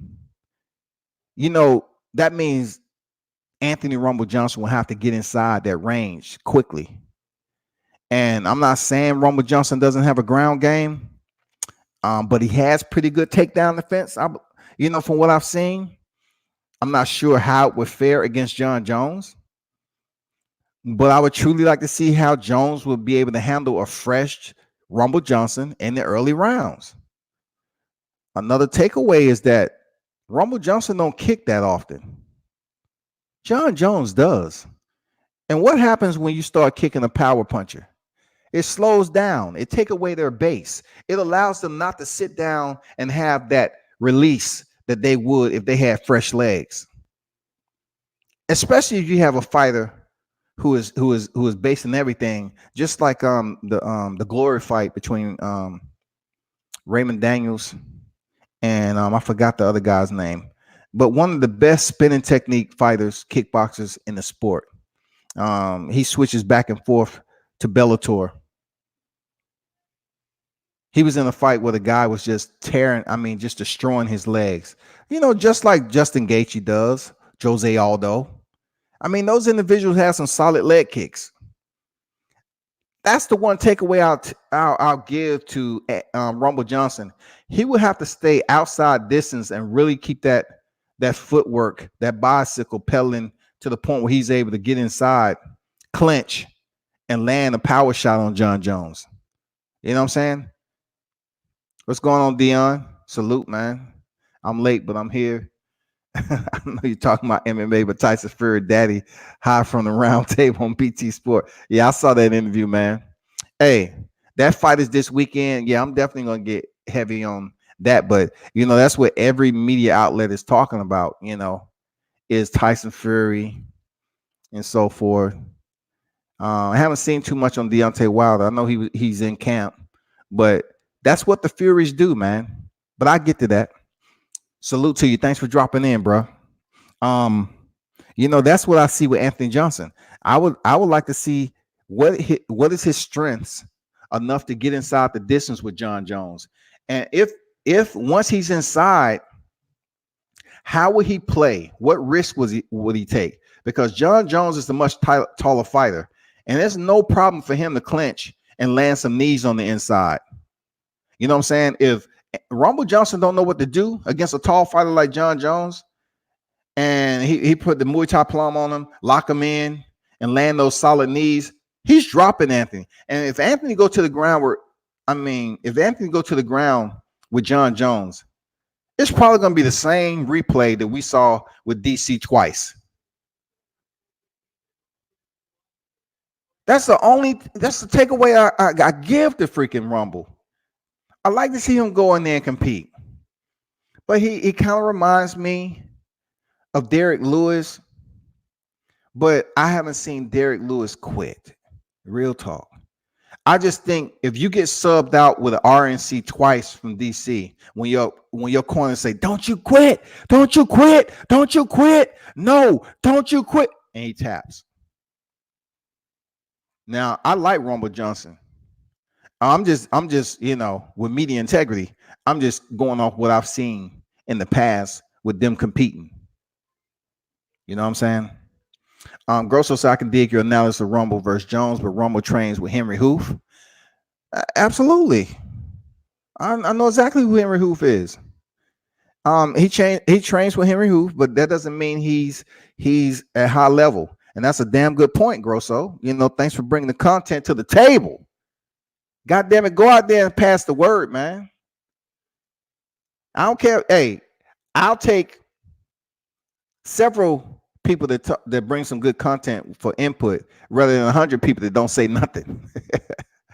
So he said, but Rumble trains with Henry Hoof, Dutch kickboxing style, of course. Rumble with Crowd Jones. Okay, y'all heard what Grosso said. Rumble with Crowd Jones. With no space to kick, only punch and range and clinch work. Okay. The one thing about Rumble going in with a much taller fighter, I said he hit harder than Jones, but I didn't say he would win the inside battle with Jones. And then you're talking about Dutch kickboxing. I get it, but how often do we see Rumble Johnson land kicks as active and consistent as Jon Jones? That's what I was talking about, that front side thigh kick. Jon Jones, if Rumble Johnson doesn't have a perfect game plan or willing to take that risk, he's going to just get ate up from the outside at that distance. A lot of solid mixed martial artists train with world champions, legends of the sport, but will it transfer over to their opponent that's considered a high-level striker? Will Henry Hoof technique be applicable to Anthony Rumble Johnson once he step in there with Jon Jones? Because we're talking about a Rumble Johnson who doesn't kick a lot. Like when you watch Justin highlight Gaethje, he kicks a lot. He chops down the legs. If you watch in Bellator, Douglas Lima, the way he sit up here and chopped Roy McDonald's legs, man. The way he sit up there and deliver those kicks is unbelievable. So unless, I got word that, Rumble Johnson, even though he kind of left me hanging, I said, I got word that you coming back. What's up? He say, maybe. And then, a little while later, it was word that he may be indeed returning back to the UFC. And the one person that he wants to fight, and you can look on my video with Anthony Rumble Johnson, my interview rather, he said he want to fight Jon Jones. Now, right here, I think that'll be a good fight. Just like Grosso mentioned, I think it'll be a good fight. And he said Rumble will crowd Jones. Now, one thing we know about Rumble Johnson, I'm not sure about how his cardio would be, because one thing about DC, he is a pressure fighter to an opponent like Anthony Johnson. He is a pressure fighter. So we really don't know will he have the cardio like Dominique Reyes. Jon Jones got Dominique Reyes tired. And Dominique Reyes have excellent movement, superb, high-level movement. You look at Rumble Johnson. Rumble Johnson is a bit flat-footed. He's a power puncher. He's the heavy artillery, yo. That's what Anthony Rumble. Anthony Rumble is the heavy artillery. I'm gonna tell you, I ain't never seen a big gun freaking roll around like it's a tricycle. Them big guns stay in one spot, and we measure the target. We walk it in. That's what Anthony Johnson does. Anthony Rumble Johnson, man, he has to walk that target in. Guaranteed. I like when you said with no space and kicks, only punches range. With clinch work, I haven't seen too many people grow so they have better clinch work than Jon. So if you look at the fight this past weekend, Dominique Reyes didn't get in clinches with Jon Jones too often. Most of the time when they was in the clinch, he was defending the takedown. Jon Jones didn't try any of that chest to chest. Let's do some 30 boxing clinch work. No, because the one time he did, Reyes came over the top with that slicing left elbow. I was like, look at here. Reyes is serious. Jon Jones is known for his elbows, and Reyes came over the top. I'm talking about technique. You're talking about in the clinch, being able to unleash a proper executed elbow out the clinch. You saw that with Reyes. Grosso say, yeah, you're right. Jones is a master at the oblique kick. He hits that over and over and over versus everybody. He even did it, several times with Reyes yesterday, but not as often that he would like to send that down range. It was a bit, intermittent this weekend. You know what I'm saying? That's a testament to Reyes' leg, his movement. He was on the ball of his feet, side to side, keeping Jon Jones on the mobile. He never allowed Jon to get comfortable so he can dictate a plan, a master plan on how to close distance and land that shot to really, slow Reyes down. He never had that opportunity like Reyes did to him. Reyes won that fight. Mac Mizzle, Jon Jones won by experience and poise. Experience and poise. Okay, you can call it poise, Mac Mizzle. But poise does not give you, in a championship fight, it doesn't give you the favor of the judge if it's won by experience and poise. You know what I'm saying? Like, I understand what you're saying as a champion, his resume, credentials, and everything. He's been to the dance before. But if you're not landing punches and your opposition is striking and scoring, how do you win off poise? If you're too poised, you're not doing enough. Then you have to look at the experience. Your experience should allow you when to strike, when to turn up the gears, when to fire on all cylinders. You know what I'm saying? I get what you're saying, though. But Jon Jones didn't win last night. He did not win that fight. It may be paper trail, but I'm telling you, it wouldn't be across the freaking network, and you know, a lot of people don't even freaking support Reyes like that. But last night, Jon Jones didn't win. I don't care how many champions that he had on his resume. He's been champion since he took the belt from was it Ryan Bader? Who you take the belt from? You know, it's been like since March 2011, right? The man's been champion for quite some time, bro.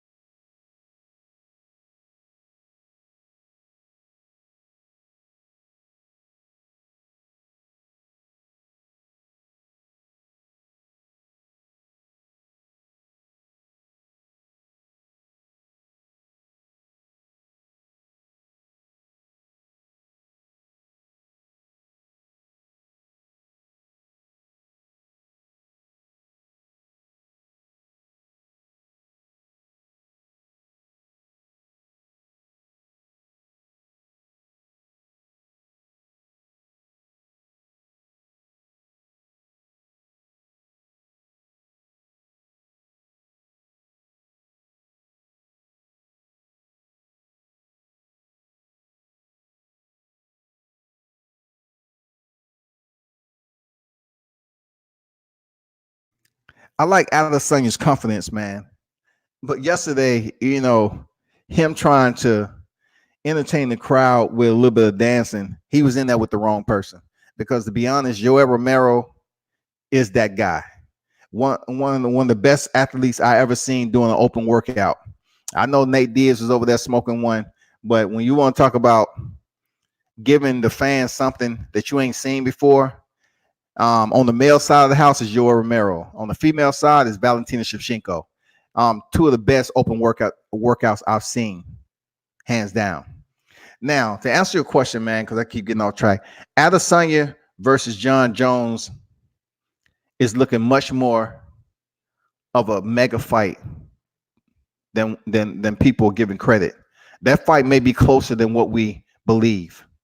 Adesanya going in there against Jon Jones, and I'm looking at in comparison to how Adesanya would do against Dominic Reyes.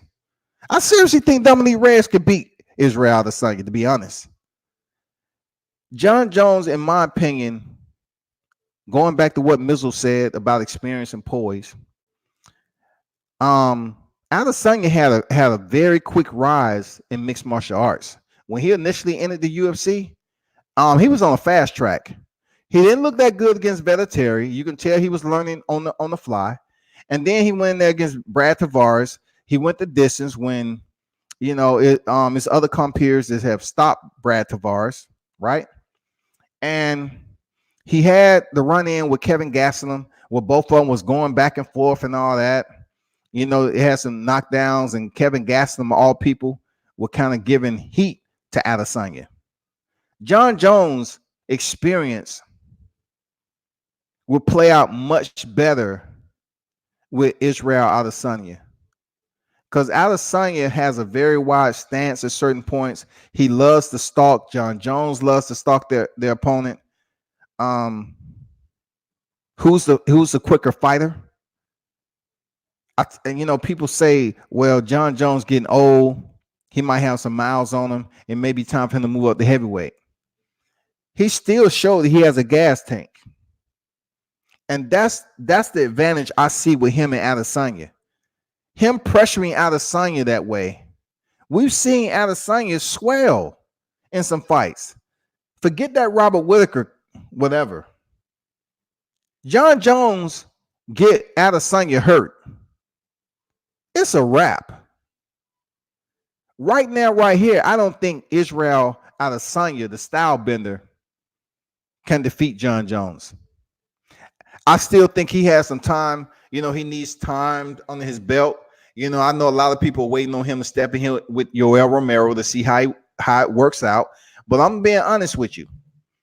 I don't think Israel Adesanya. Hey, look, yesterday proves it. You see how Yoel Romero hit the backflip and Adesanya was like pouting a little bit.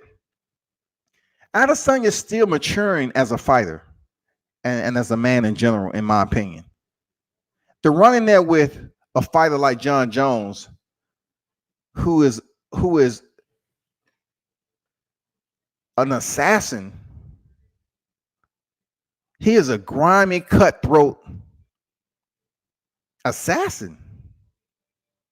I know, his skill set was pretty much negated a bit with Dominique Cruz, who matched up well with Jon Jones.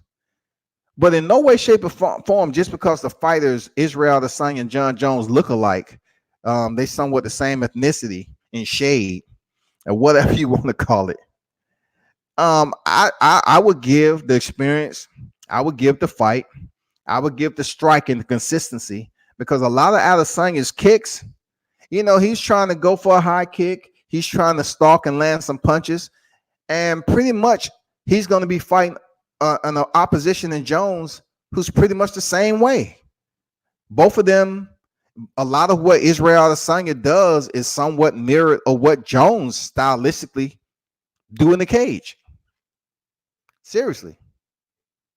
I don't think Adesanya, just because he's the middleweight champion, is ready for Jon Jones right now. I know what Adesanya is doing. He's watching, he's observing, and he's waiting for Jon Jones just to get a little bit older. Just like he went in there and fought Anderson Spider Silva. He wants to make sure, AARP is at the door of Jon Jones, and when he come knocking, hey, Jon Jones, it's time. Izzy is in the house. It's time. You've been talking all that. Let's go. It's time. Let's make the fight. But Jon gonna be like, man, I'm 37, 38 years old. You waited like 4 years to come fight me, bro? What happened to all the other times I had to defend my belt? Izzy will come up with some crap like that.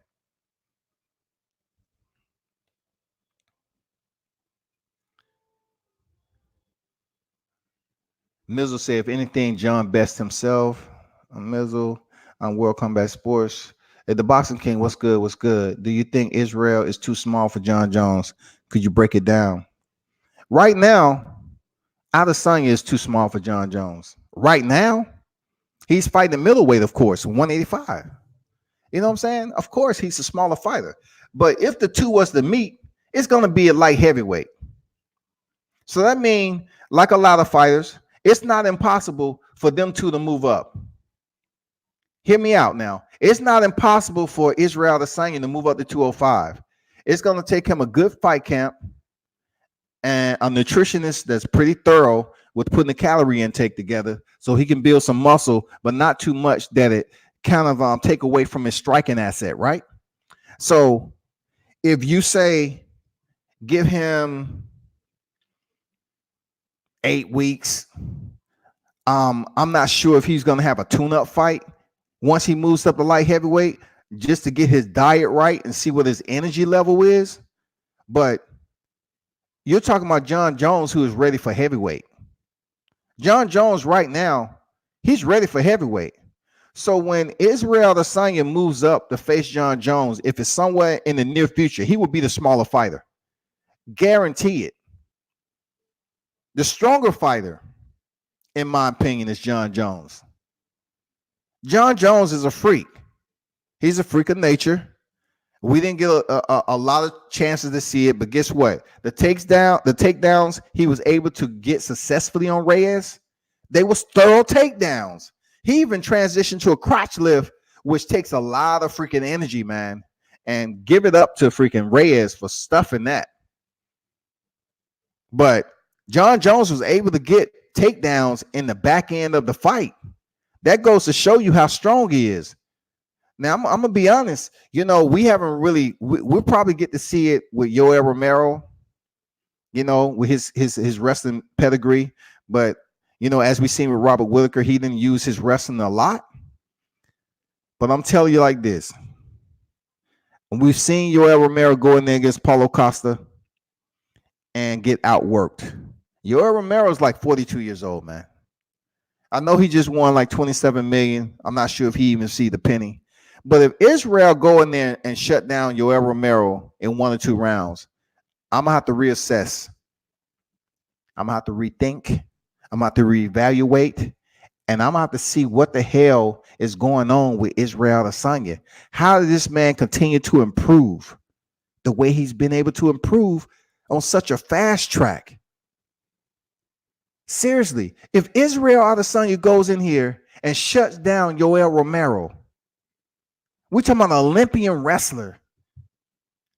How skinny and lanky Adesanya is.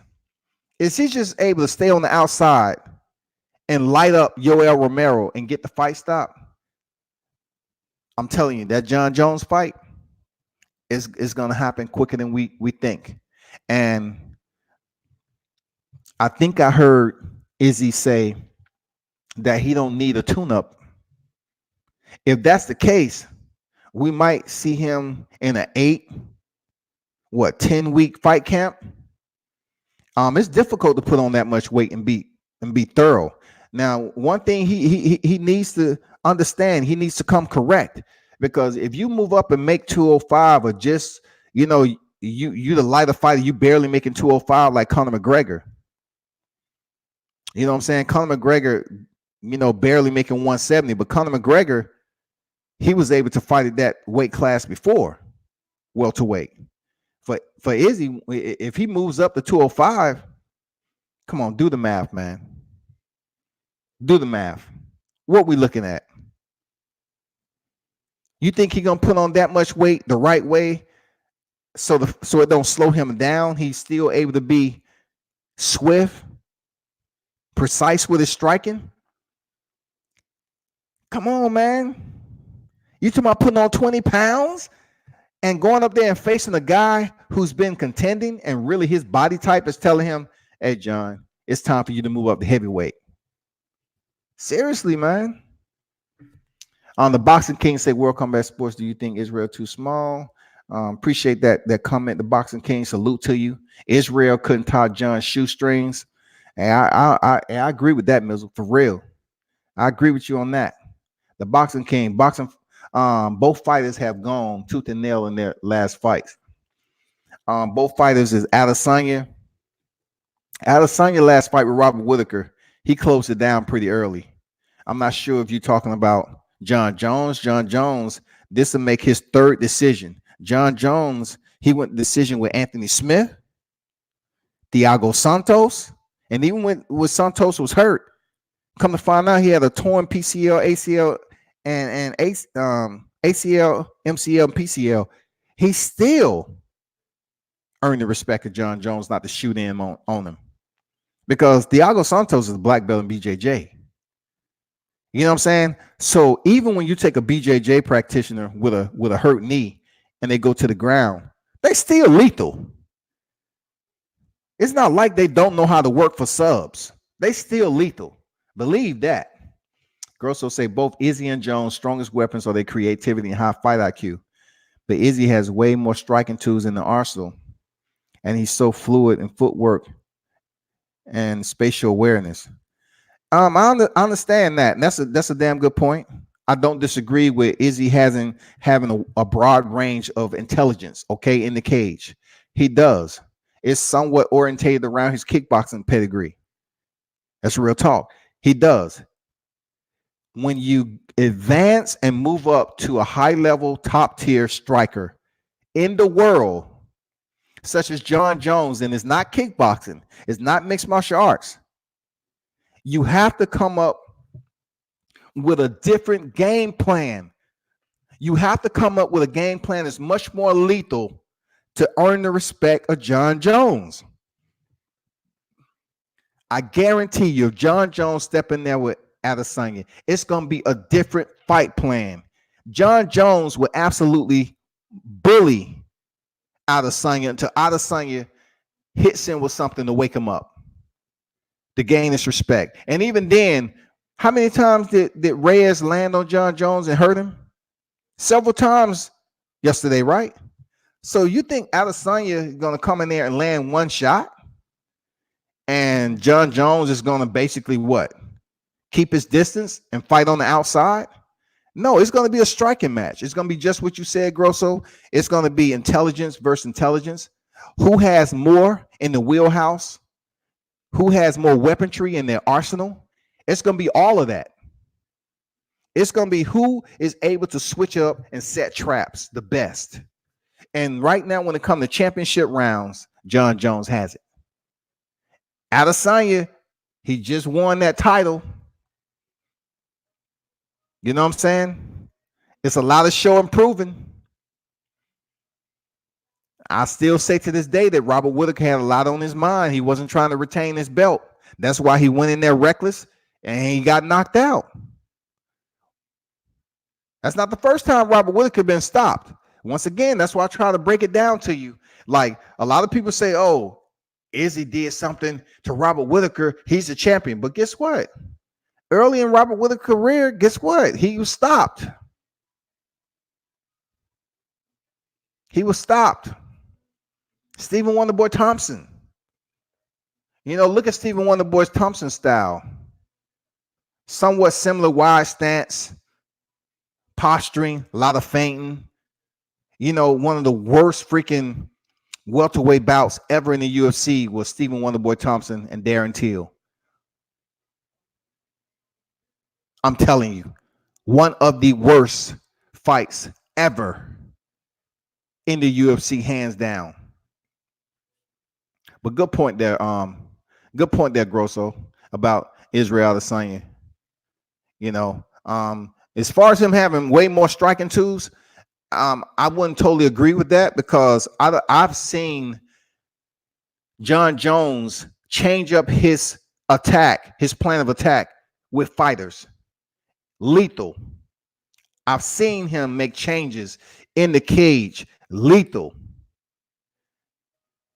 The fast track that Adesanya has taken, Vettori, Torres, Gastelum, and all those people, they wasn't just like this stupendous performance that you're looking for. Like you saying to yourself, like, damn, you know, I give Adesanya all the credit. He's freaking confident.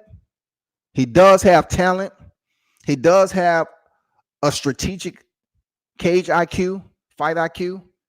But you're going in there with a scholar in Jon Jones, who just became the winningest champion in the UFC. He has to have a high ring IQ. You know what I'm saying? To keep on winning. He went in there with his rematch with Alexander Gustafsson and stopped him in 3 rounds. In the 3rd round, I believe. I mean, he defeated DC twice. Do you think Israel Adesanya would defeat DC at 205? Hell to the no. I don't see Adesanya defeating Dominic Reyes after that performance yesterday. It's hard for me to say a healthy Thiago Santos loses to Adesanya. Just too big. Too much power. And that's the one thing about Adesanya. His chin is questionable. Hey, don't say I never told you. Adesanya's chin, once he step in there with some top tier competition, watch what I tell you. He doesn't have the best chin against the heavier weight class. They're gonna strategically try to find the right door to bust it open and say, okay, it's time for us to go up to light heavyweight. And that's the perfect time. Mills will say, the greatest of all time, Jon Jones. I totally agree. He the GOAT of mixed martial arts right now. Khabib Nurmagomedov is trying to establish, that he's the GOAT at 28-0. But guess what? He doesn't have the body of work that Jon Jones have. Real talk. Grosso say Romero is going to get KO'd. Mark my words. Don't expect a disagreement from me on this. Seriously, because I expect Yoel Romero to go in there against Costa and really show that he's prime, he's ready. And man, Paulo Costa was landing kicks on Yoel Romero. Man, I said, man, Paulo Costa built like a Greek Adonis. Is he clean? And sure enough, he popped 30. He popped 30, got suspended.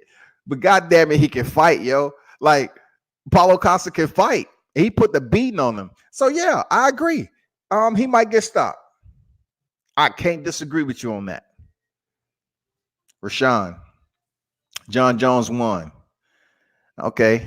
Just like you've been saying in the previous comments, you saying Jon Jones won, you need to itemize that. You need to peel back the layers and submit your analytics as to how you believe he won. You know what I'm saying? You don't have to go in grave detail, but I'm just saying on this channel, you're gonna have to kind of give an understanding, man. Rashawn said Reyes cried Jon Jones will retire him like he did the rest. Okay, that's what you think. I can't see. I thought Reyes took it pretty damn good. He was very professional in the post-fight conference. If you want to look at somebody who actually cried, that would be Daniel Cormier. I never said, and you said Tyrone F Wonder Boy. I never said he didn't, man. And I wouldn't say that Tyrone did that to Wonder Boy. He fought Wonder Boy back to back, and one was a draw, and the other one he won. Wonder Boy's no punk. You know what I'm saying? Wonder Boy was deep in the guillotine from freaking Tyrone Woodley, who has a very, very constrictive guillotine. And Wonder Boy didn't tap. So, check it out on YouTube. Wonder Boy wasn't a punk. I know he smiled and everything, and I know he went in there, and he was supposed to have been the next big hype of Dana White, and they put him in there with Tyrone Woodley twice, and he couldn't get it done. You know what I'm saying? Tyrone got the win, though. I would say that. Tyrone got the win. Now he's in Thailand preparing for his fight with Leon.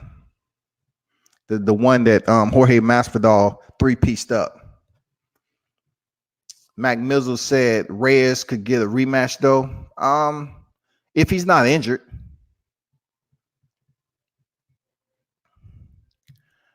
Gus can beat Reyes. Gus just lost. Gus just lost again. So Gus is trying to determine whether he want to stay in the sport or not. Hey, Rashawn, always bet on black. Check this out. If you don't want to get timed out, man, don't come over here trolling the channel. I appreciate your support. But if you ain't talking about something conducive, bro, don't come over here talking about always bet on black. You need to follow the channel just a little bit more, bro. That's all I'm telling you. Connor been losing. Word. Give me something good to work with there, freaking Rashawn. Man, come on, man. Don't come over here trolling, bro.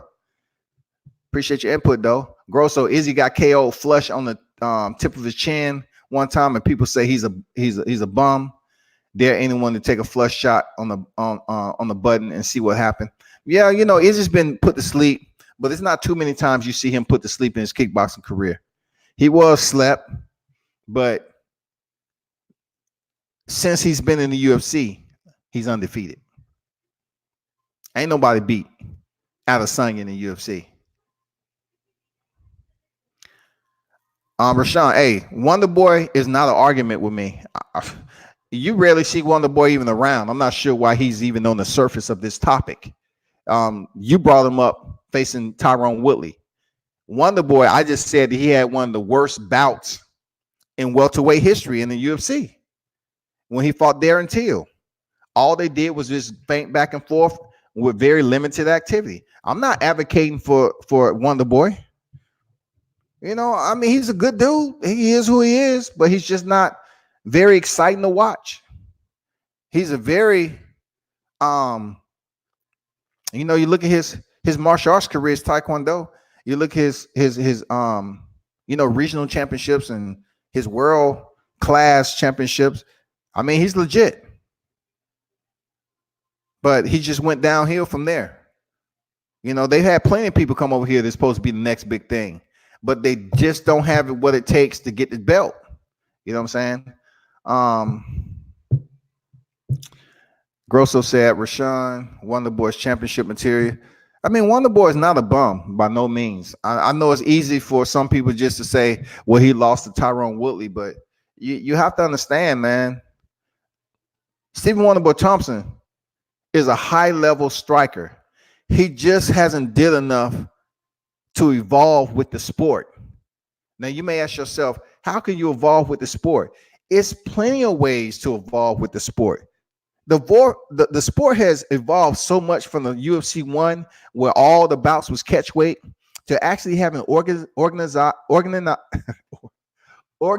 weight classes. We have organized weight classes in the men's side and the women's side. You know what I'm saying? It's just the one weight class that's you know, in the women's side is straw weight. You know what I'm saying? But the women's side stops at 145 featherweight. The women, they don't come in that big like that. You know, they don't have a freaking lightweight division, welterweight division, middleweight, light heavyweight, heavyweight. But they do on the men's side. You know, the lowest men weight class on the male side is flyweight. They have a flyweight, men and women. You know what I'm saying? So it's a difference, man.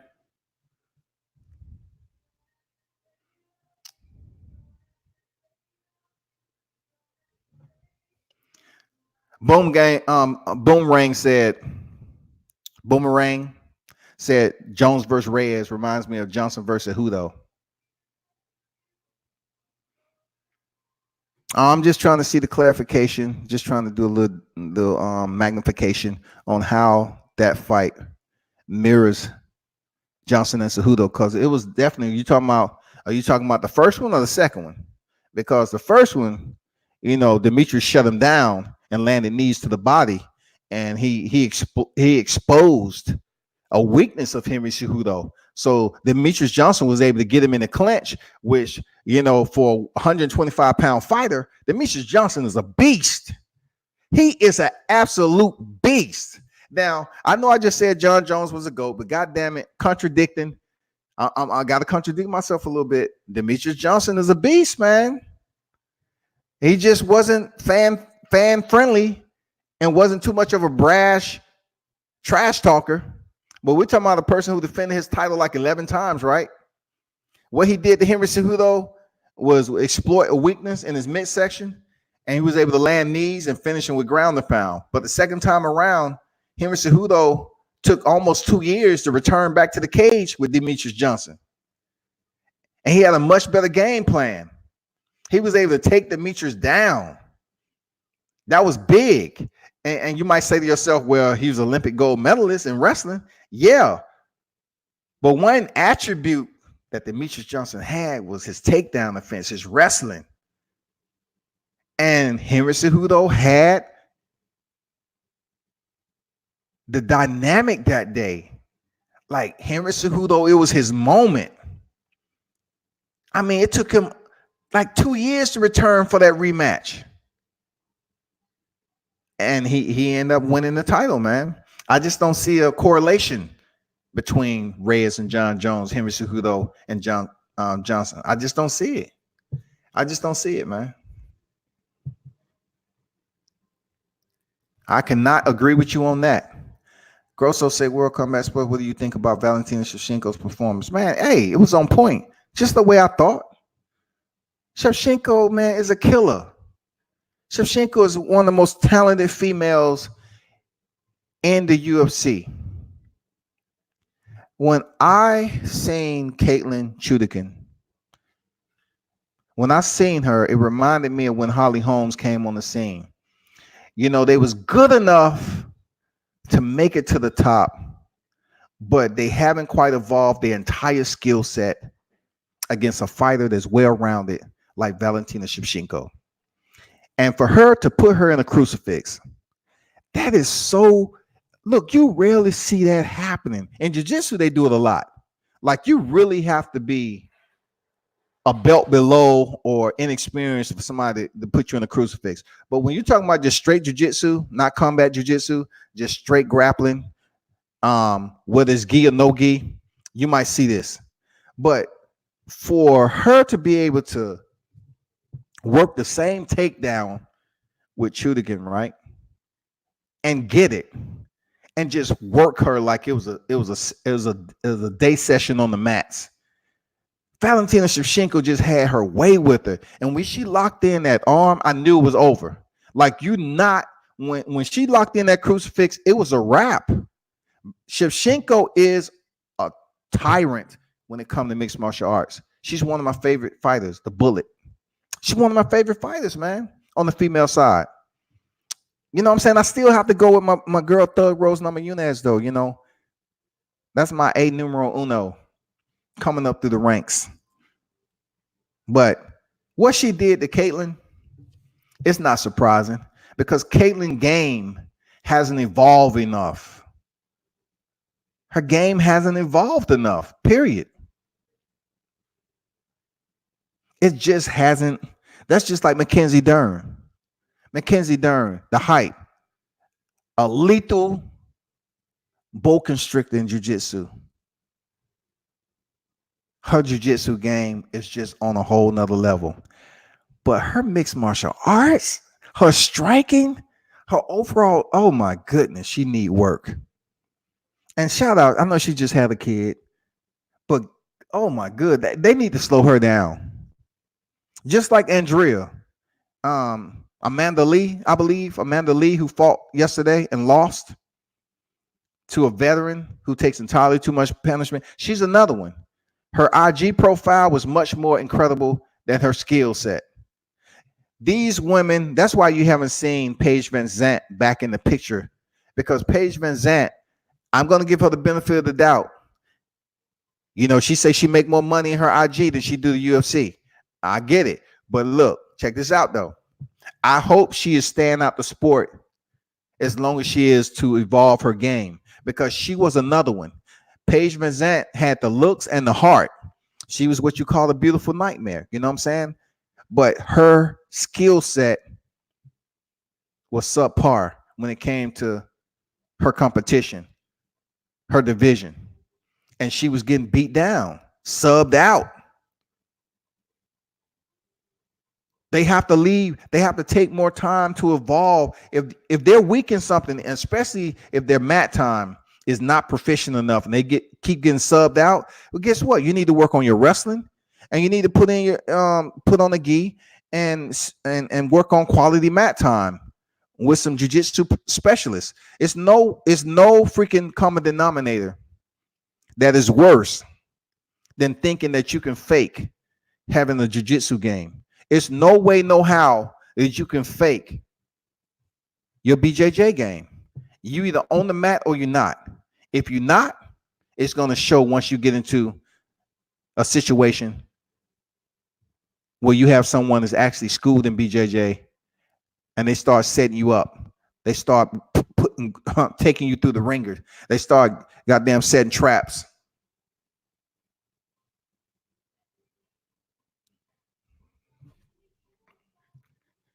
But I thought Valentina Shevchenko performed amazing.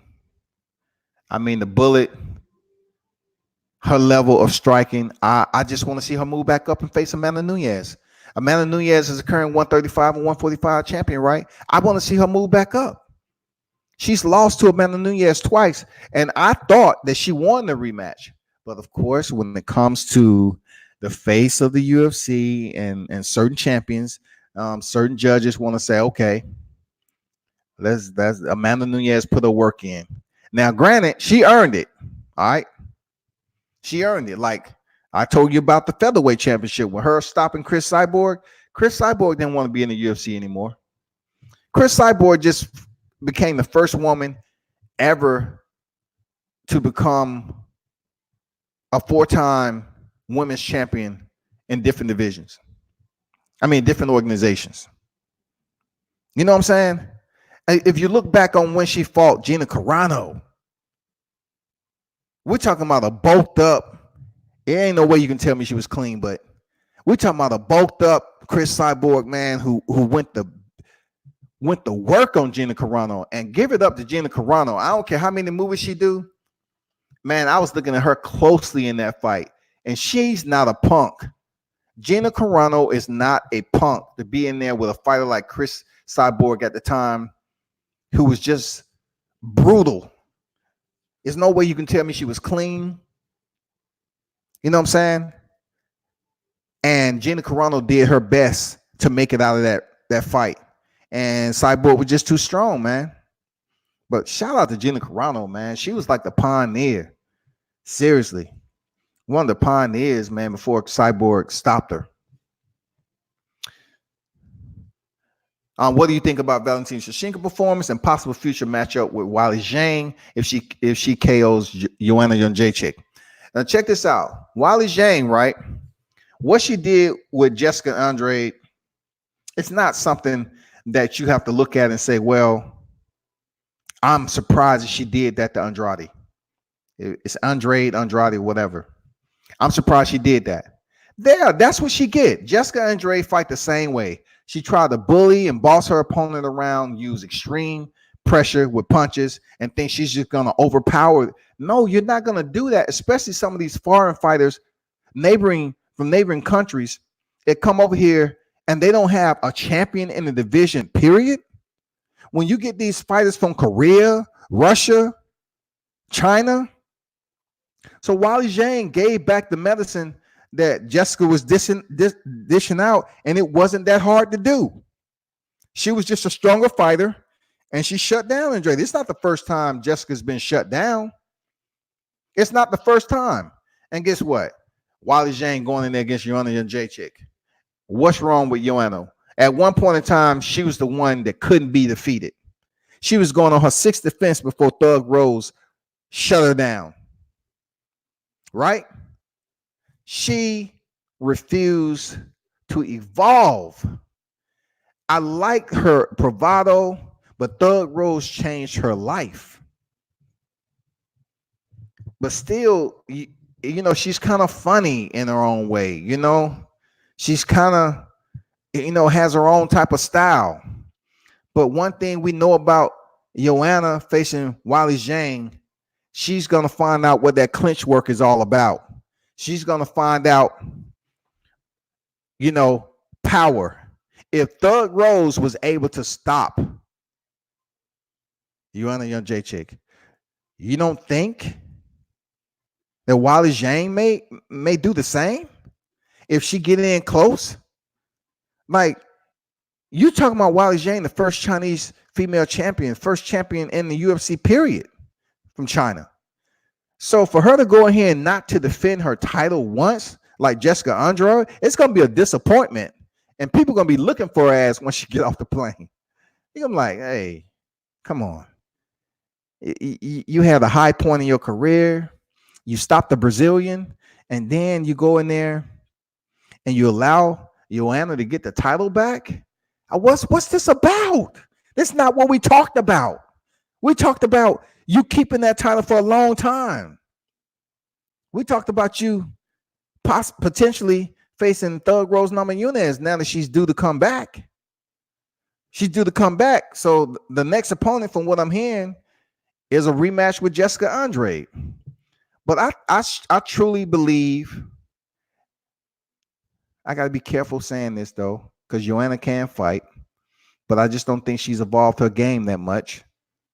Because she went in there with Valentina Shevchenko and lost. So I got to give the nod to Weili Zhang to defeat Joanna.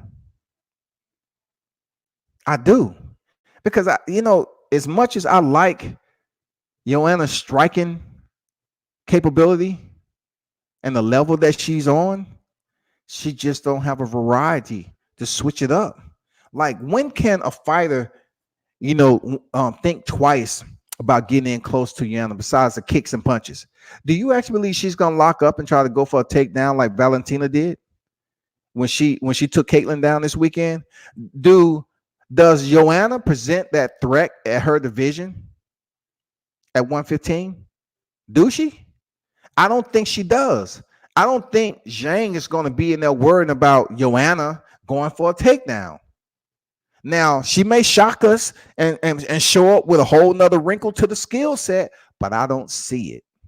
I'm just being honest. I just don't see her additioning that wrinkle and coming in there and shooting in for a takedown on Weili Zhang, who is a pretty damn strong fighter, man.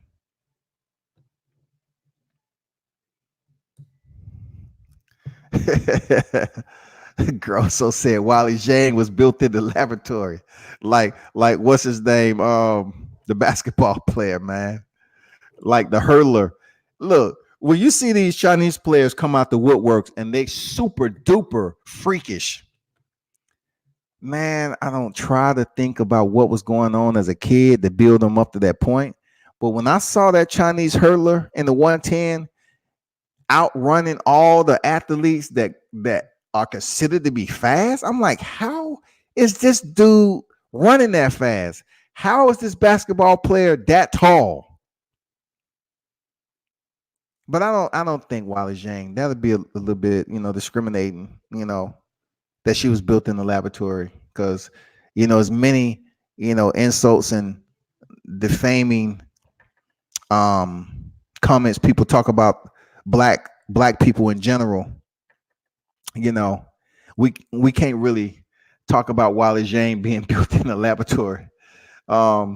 She said, look at that girl's ID. She trains like a man. I get it, bro. I totally understand what you're saying, man. I've been there. Believe me. I have posted up on freaking Weili Zhang. I go through a lot of fighters' IGs to see what they into. And because that's what media does. I have to peek in through the window, see what's popping, and then keep it moving. That's what I got to do.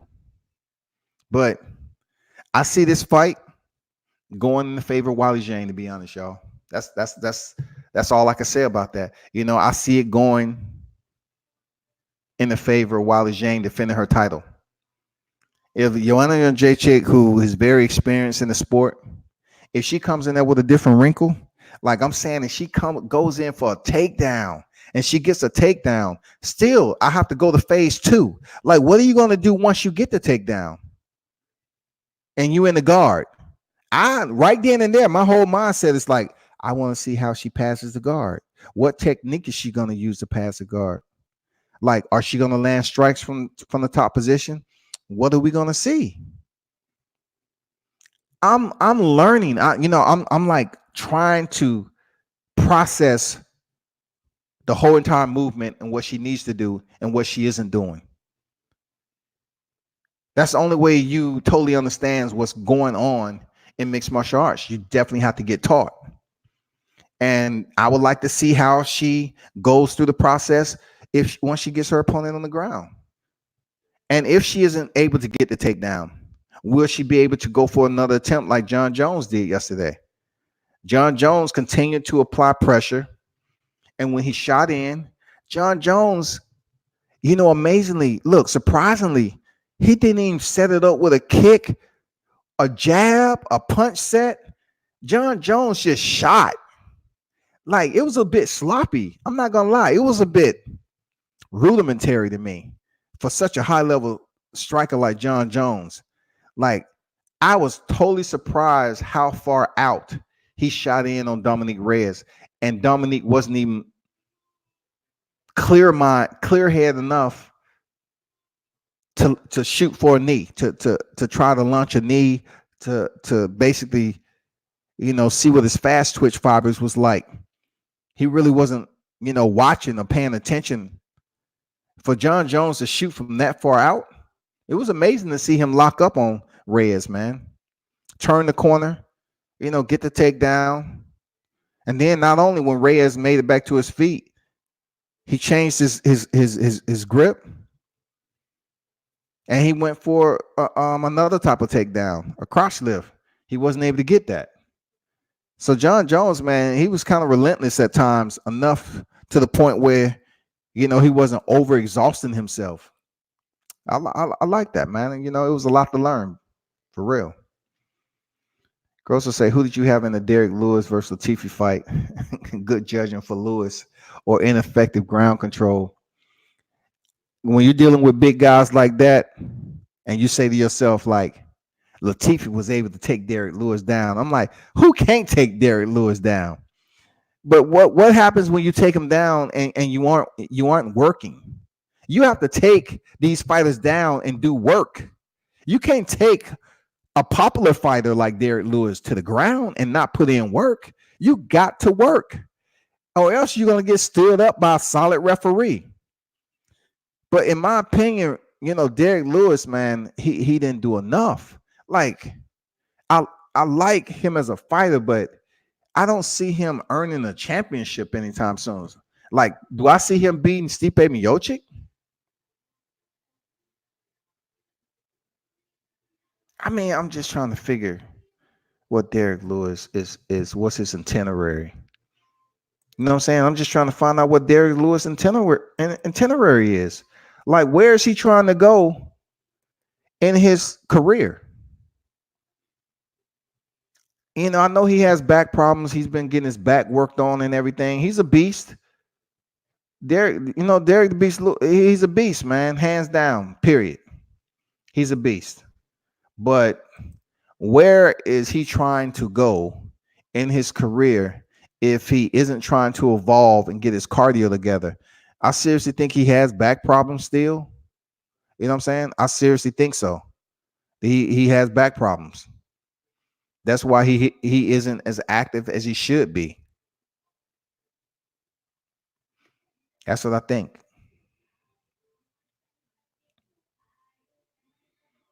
But he's gonna have to do something. Like, you're talking about light heavyweights that move around the ring like heavyweights.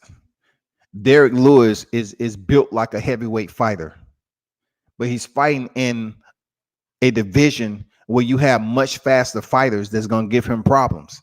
But he move around the ring like heavyweights. Latifi move around the cage like heavyweights. You know what I'm saying? Like, they move around the cage like they lethargic. I wasn't impressed by Latifi, but he did enough, in my opinion, to potentially earn what he earned against Lewis. You know what I'm saying? I think he could have earned the win, but Lewis ended up squeaking it out. He was able to get the takedowns. So what once again, the judging. So you trying to say that the takedowns for Jones was excellent, but the takedowns for Latifi wasn't too effective, and either fighter didn't really put in any damage control? You know what I'm saying? It wasn't too much to go on. Latifi took Derek Lewis down, really didn't do damage. And then Jon Jones took Reyes down, absolutely no damage, period.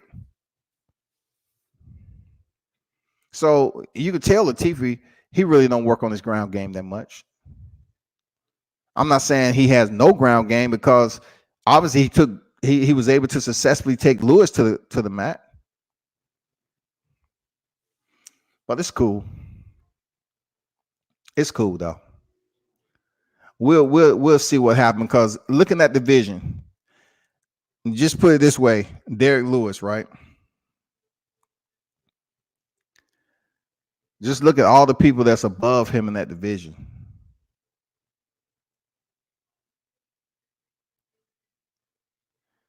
You got Derek Lewis, who moves around as a heavyweight, right? And then you got the smaller fighter in Latifi, who's really a light heavyweight.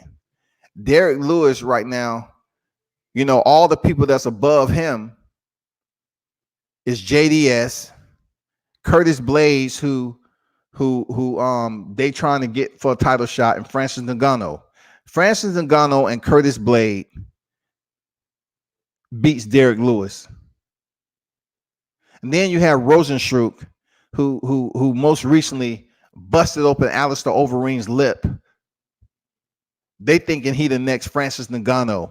I'm telling you, the dude has power, but what happens when you get somebody that's able to get through that? What else does Rosenstruck has? He was able to knock out an opponent that Francis Ngannou knocked out already. It's nothing different. You know what I'm saying? I don't know why people jumping on Rosenstruck freaking bandwagon so clearly. Is Derek Lewis, if he goes in there against Rosenstruck, is he going to be able to defeat that dude? Man, come on, man. Derek Lewis, he's gonna have to find out his division, what he want to do, man. Latifi campaign the heavyweight, Derek Lewis a freaking heavyweight, Latifi a light heavyweight. I mean, Derek Lewis gonna have to find out what the heck he want to do. I still think he got back problems the way he move around and conserve his energy, to be honest. That's just me. But hey, it's been an absolute pleasure, y'all. It's late. I got some things to take care of. So I want to invite you all to all social media platforms, all of them. Please, subscribe to the YouTube channel. I appreciate the support tonight, the content, the input. Much appreciated. Thanks for dropping it in, the live chat. Real talk, salute to you. Follow me on IG. If you one of those patrons that visits, the social media platforms. And of course, until next time, y'all be sure to turn up and tune in to World Combat Sports.